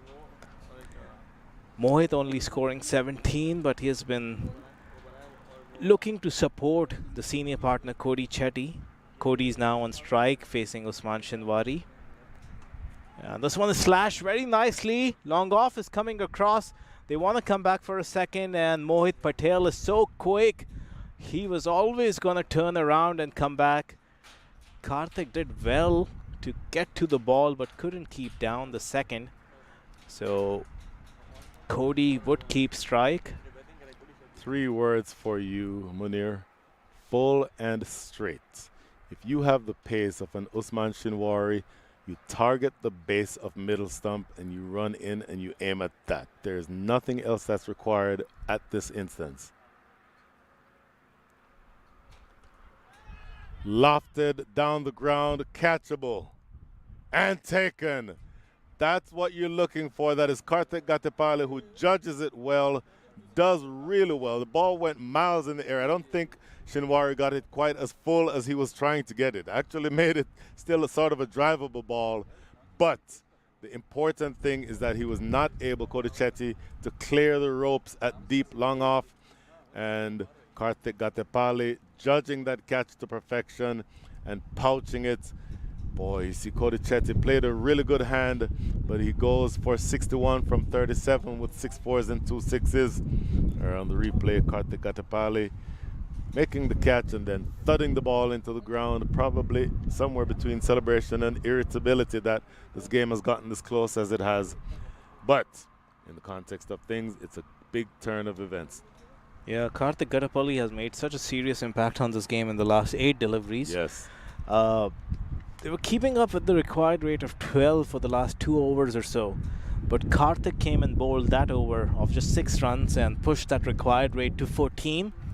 And then added finishing touches to that effort with that wonderful catch. Never looked like he would drop it. Was always in control, but we've been talking about Kelvin Savage and the long handle he brings in. So I put some finishing touches for the Texas Super Kings in the Major League. Cam hit the ball long. Full and straight. That's it. Nothing else is needed but that. Karthik Gatepali in action again.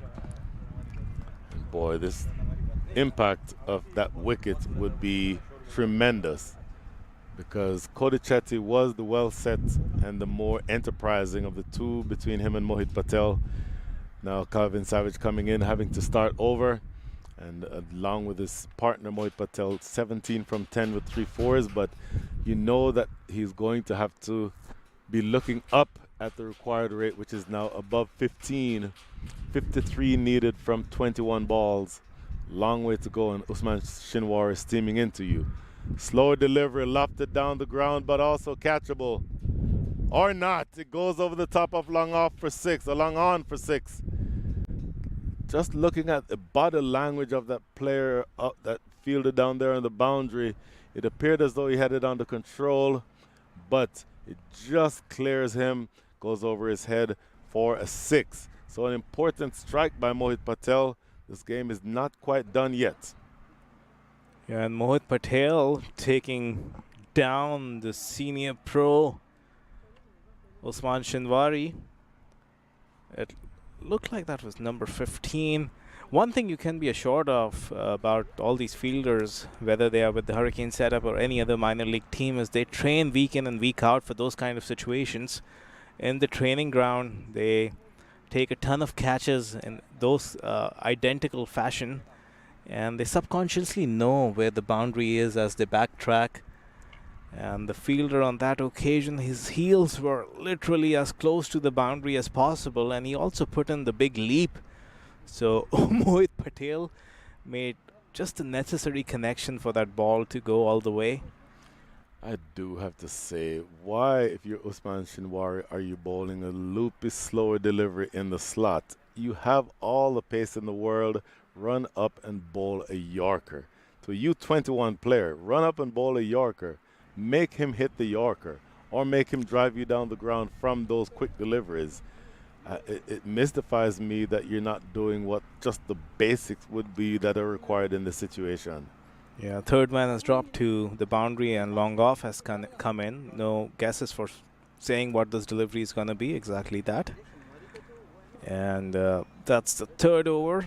Usman Shinwari has bowled out returns of 2 for 19. This is now getting out of the reach of the Chicago Tigers. 47 is going to be needed of the last 3. We'll be back. 17 overs gone, 133 for 4. वक्त आ गया है Lakshmi basmati rice को घर लाने का। Lakshmi extra long basmati rice. इसका हर दाना हो इतना लंबा, पकते हुए महके और प्लेट पे क्या खूब खिले। हाँ, मेरे घर लाने का।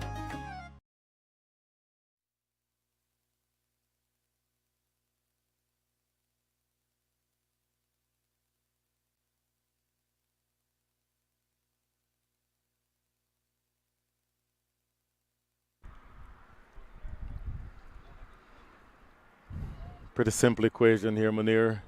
18 balls, 47 runs. Just 1 ball short of exactly a required rate of 16, you're getting close to the point where you're going to need 3 runs off of every ball the rest of the way. Can it be done? Absolutely. Is it going to be easy? No. And bearing in mind that Usman Shinwari has 1 more over left, so you would think that he'd be bowling over number 19. In the meantime, this is going to be Kartik Gatapale bowling again from the highway end, bowling to Calvin Savage. This could be a really important over in the context of this game. Yeah, I'll tell you one thing about that worm that was on your screen just shortly. Looks like the teams are even Stevens at this point. The 2 worms were converging at this stage in the game. I'll come back to that point. And Kartik Gatapalli, I said he was making a big impact on this game. Bowled that over for just 6 runs, took that catch, and he comes back and he might have settled the debate.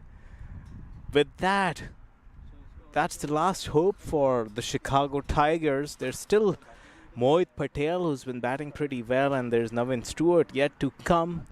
But this total would be beyond them at this point as we look at that delivery from Karthik. Not quite ready to say it's beyond them yet, but goodness, this is a body blow. Full and straight, and he goes back. Not sure why he's going back to that delivery, Calvin Savage. And if he does, you look at his hands, he's a long arms, a really tall player. He has the reach. If he steps forward and he's able to drive that, he can drive that down the ground with power and with elevation. It was the type of shot that I was expecting to see from him, going down the track and not necessarily skipping down the track. It was full enough that with his reach he could have gotten to it. Not able to do that. Trapped on the crease, playing defensively, and for the price of that, he loses his middle stump. 5 wickets are down. In fact, it's less about the number of wickets now and more about 2 numbers. Number of balls left and number of runs remaining. 147 runs are needed and only 17 balls remaining.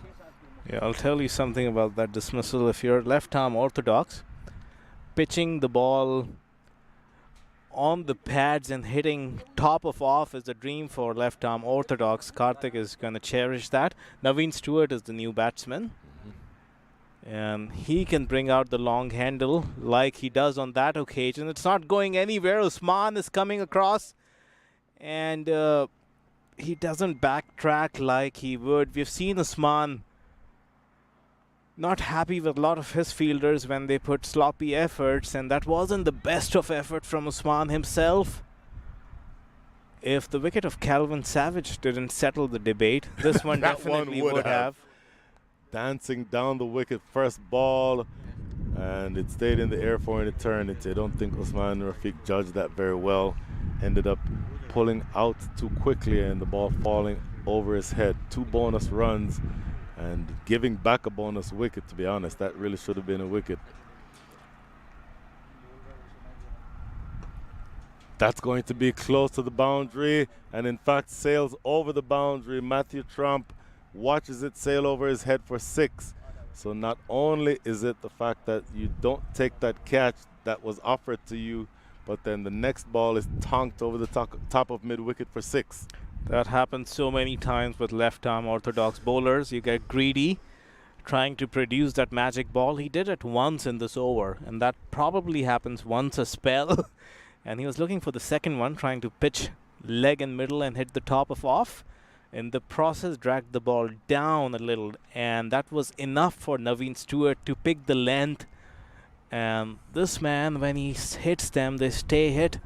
This one traveled about 75 meters. Matthew Trump is patrolling that boundary, so any miss hit, and you can be assured that he's going to catch it. And again, this one is better delivery, a little flat and faster outside the off stump, an arm ball, not turn in it. He's learned his lesson. And this one is, and the fielder at short third inside the circle gives it a decent chase. Mukhtar Ahmed there, and keeps it down to 1 run. In spite of that 6, that's 9 runs off this over. In fact, that's just a single, just one. So it's 9 runs in this over of 5 deliveries. The required rate is twice of that.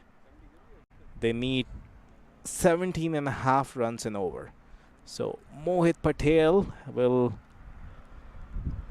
try and improvise. We've seen him play that standing reverse sweep without coming down the pitch and meeting the pitch of the ball. Misses out. Over 18 is done. It's 141 for 5. 38 is required of the last two.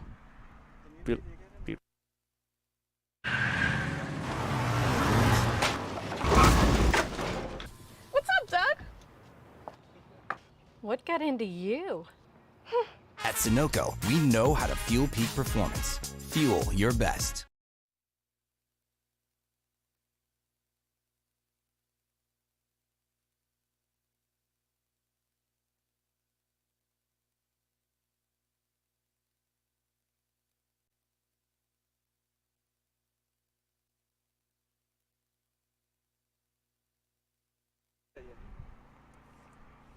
So, no surprises.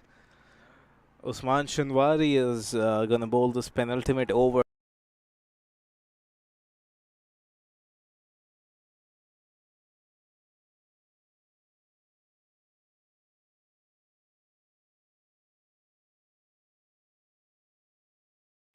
Target the base of the stumps and come in and bowl at that. You do not need anything else at this stage. I don't want to see any improvisations. I don't want to see any back of the hand slower balls. I really just want to see full and straight, aimed at the base of the stumps. The fact that mid-off is inside the circle tells me that that might not be the plan. Yeah, third man has dropped back, so he's looking to angle them across off the pitch, just like that. And this one is straight up in the air. Third man could have been in play, but not to be. So you see the plan of attack is quite clear. He's looking to bowl those quick rising deliveries back of length, hitting the splice of the bat, which are very hard to get away. But he has to keep in mind, if he errs in width or bowls anything even slightly full, that fielder at mid-off is just going to watch it sail to his left or right or over his head for a boundary. The way that fielder down at deep third, Niket Kumar, 14th fielder, 14th man, if you will, and in as a substitute. That obviously is the plan, short of length. There it is again, flashing at this one, looking to force it away. Once again, look, I hate to sound like I'm second-guessing professional players. Sometimes you may tend to overthink situations. They need 37 runs and they need to get them in 10 balls. Essentially, they need a 4 off of every ball. If you bowl a ball that they can only score singles off of, that really puts the game out of reach. I don't get this plan. I think it's overthinking the situation. Yeah, Mohit Patel had the right idea. He was trying to go inside out, stepped away, but couldn't get the room he wanted because Usman Shanwari followed him. And this one is, again, that uncomfortable length. He does well to fend it. No conviction. Yep. You don't expect conviction when they're coming at about 135 kph at your throat. This is true. So, a pretty simple equation at this stage. They need a 4 off of every ball. 36 from the last 9. Boy, it's a difficult delivery to get away under most circumstances, but, you know, I've already said it enough times, so I won't say it one more time. But 36 from 9, they need a boundary off of every ball the rest of the way. So they'll probably need some help from the fielding side of the Chicago Tigers before they can win this game.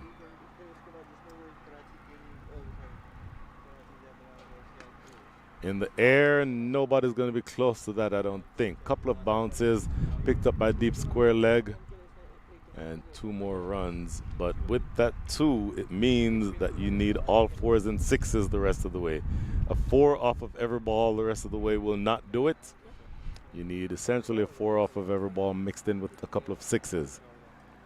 So you wouldn't think that the Houston Hurricanes would lose from here. Stranger things have happened in this game. But I think Usman Rafiq, the captain, can breathe a little bit more easily now. It will take a special effort by the Hurricanes to lose this. Yeah, and there have been occasions where we have said you would think the Houston Hurricanes won't lose from that. But this time around, I think we can be super confident. Right. Stranger things have happened in cricket, like you just said, Brian, and this one is gonna stamp that thought. Just 5 runs off this over so far, 7 balls to go. Now there's 33 runs required. So Usman Shinwari is gonna wrap up his spell with that delivery. The next one that's about to come, for that matter. 24 for 2. He has lived up to his high billing. And I think it might be an afterthought who's bowling that last over. Karthik and Usman have bowled out. Hassan Rashid has bowled out. It could be Hamza Bangash, or it could be retribution for Matthew Tromp, who might be tossed that ball in the final over.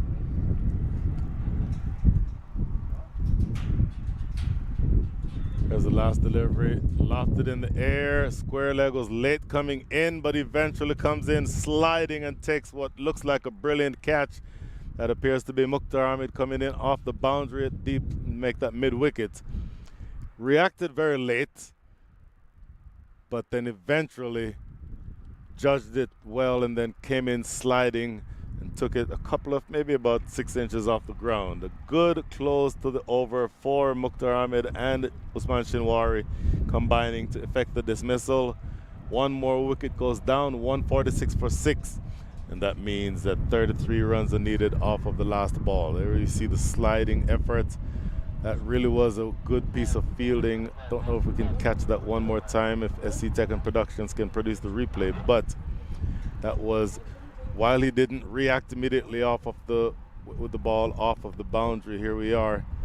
This Usman Shinwari in short and kind of leaning into a pull. Stayed in the air for a while. Here we see Mukhtar Ahmed coming in, sliding down and snatching it probably a foot off the ground. So just a good piece of cricket. While he didn't react immediately, he did well enough to compensate for that slow reaction in the first place. And a safe pair of hands puts away the catch. So 146 for 6. Boy, one more over, 33 more runs.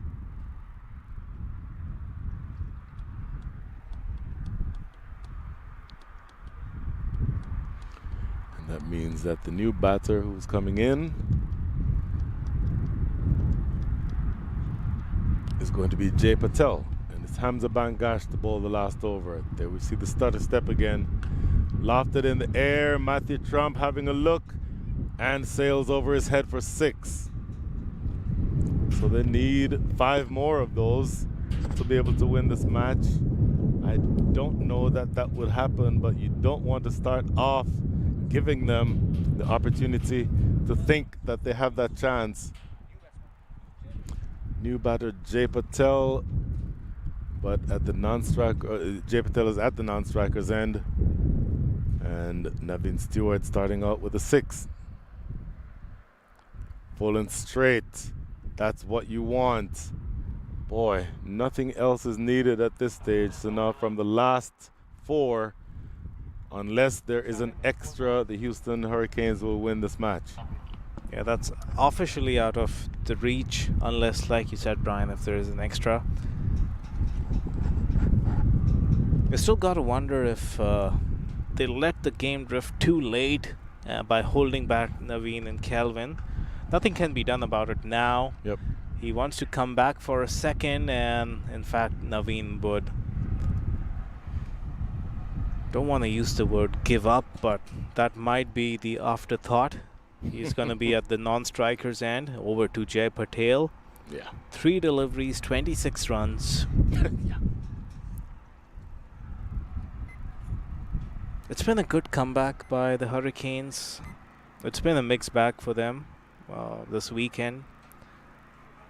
Chicago Tigers have got only 1 win in their 6 games, so they've got some thinking to do on that long flight back to Chicago this evening. The shuttles have pulled up. the kit bags are being loaded up and they would be headed back to the airport. It's been a disappointing campaign for them so far. As this one is Mohit Patel gives it a swing, and lovely. Hamza Bangash tracking back. It's late in the day. It's been 4 days of cricket, but there's still a spring in his stride. Of course, when there's a wicket coming your way, you're going to run like no one else. And he completes that catch to get a wicket. As you'll see, he will roll his fingers onto that one to grip that ball into the pitch, which resulted in that ball going straight up in the air. Good effort. I've said it a few times this weekend. Bowlers never drop their own catches. And so that's why you saw him sprint like an Olympic sprinter, shot out of the gate and making the 20 or so yards to his left to be able to get to that ball. Stayed in the air for a while, but no question that he did enough to get to it. So the new batter coming in is going to be Firhan Ali. 7 wickets down. It's all academic at this point. Number of wickets doesn't matter. The number of balls remaining is 2. 26 more runs needed. So without a bunch of extras, this game is only going one way. Clipped around the corner, should just be a single. And deep square leg in with an opportunity is Usman Ashraf to get the penultimate ball of the innings fielded. And so Naveen Stewart, who some might argue should have been and could have been sent in earlier, will have the honor of facing the last ball of this absolute extravaganza weekend, Labor Day weekend. Hamza Bangash to Naveen Stewart will be the last passage of play right here in Prairie View. Played back to Hamza Bangash in a rather sedate and anticlimactic fashion. The Houston Hurricanes end up winning this by a small margin of 23 runs. And I'll tell you what, this will make the Hurricanes feel better. They've, again, I don't think given a really good account of themselves this weekend, but this represents a building block. Maybe one of the lessons is that if they set the total instead of chasing one, they might actually be a better side. So here's a full card. 2 numbers stand out for me. Mitanj at the top, 40 from 38, and Cody Chetty, 61, also from 38. Those are the ones that really put the charge on. And then Mohit Patel also put his hand up, and then Naveen Stewart had a few lusty blows down the end. But in the end, it was never going to be enough, and they fell short at the end by 24 runs. For the bowlers, Usman Shinwari and Hassan Rashid, for me, were the pick of the bowlers. Shinwari, a runner ball, and 3 for 24. Hassan Rashid, 2 for 30, and ably assisted there by Karthik Attapalli, 1 for 29, and Hamza Bangash, 1 for 40, even though it was a little expensive. But big picture, I'll leave it to my erstwhile friend here to talk about what it means for the division and all of that. Your final thoughts on that sort of thing and this entire weekend, Munir? Yeah, as far as the Chicago Tigers are concerned, they would reflect at this innings and in hindsight think that there could have been occasions where they could have grabbed the bull by the thorn, by the horn rather. It's been a rather long weekend, and I didn't know bulls had thorns. And taken the reins of this game. There was only 25 runs in the end, and they'll think that they got pretty close. And as far as the Hurricanes are concerned, they would appreciate or acknowledge the importance of set batsmen batting deep and capitalizing, rather than just everyone going all guns blazing and losing their wickets, and also in the process making it difficult for the new batsman that comes in. The difference in this game, in my opinion, has been the death overs, where the partnership of Saif Badr and Joshua Tromp really capitalized. They got 45 runs of the last 3 overs. And that's where I think the last 25 runs, the winning margin came from. So if you're the Chicago Tigers, you should take a lot of heart from this performance and also look to make those fine adjustments so that you can actually chase totals like these and get those additional 15 to 25 runs. So that's the final story. As far as the Houston Hurricanes are concerned, they're still alive in the season. There's still a lot to fight for. And they can come back strong and put together better performances in the coming weeks. As far as we are concerned, that wraps up this long weekend of cricket. 4 straight days. Everyone is going to put their feet up and now relax at a job well done. This is us signing off on behalf of the entire production team and Munir Majid, Brian Walters, and everyone at the Prairie View Cricket Complex.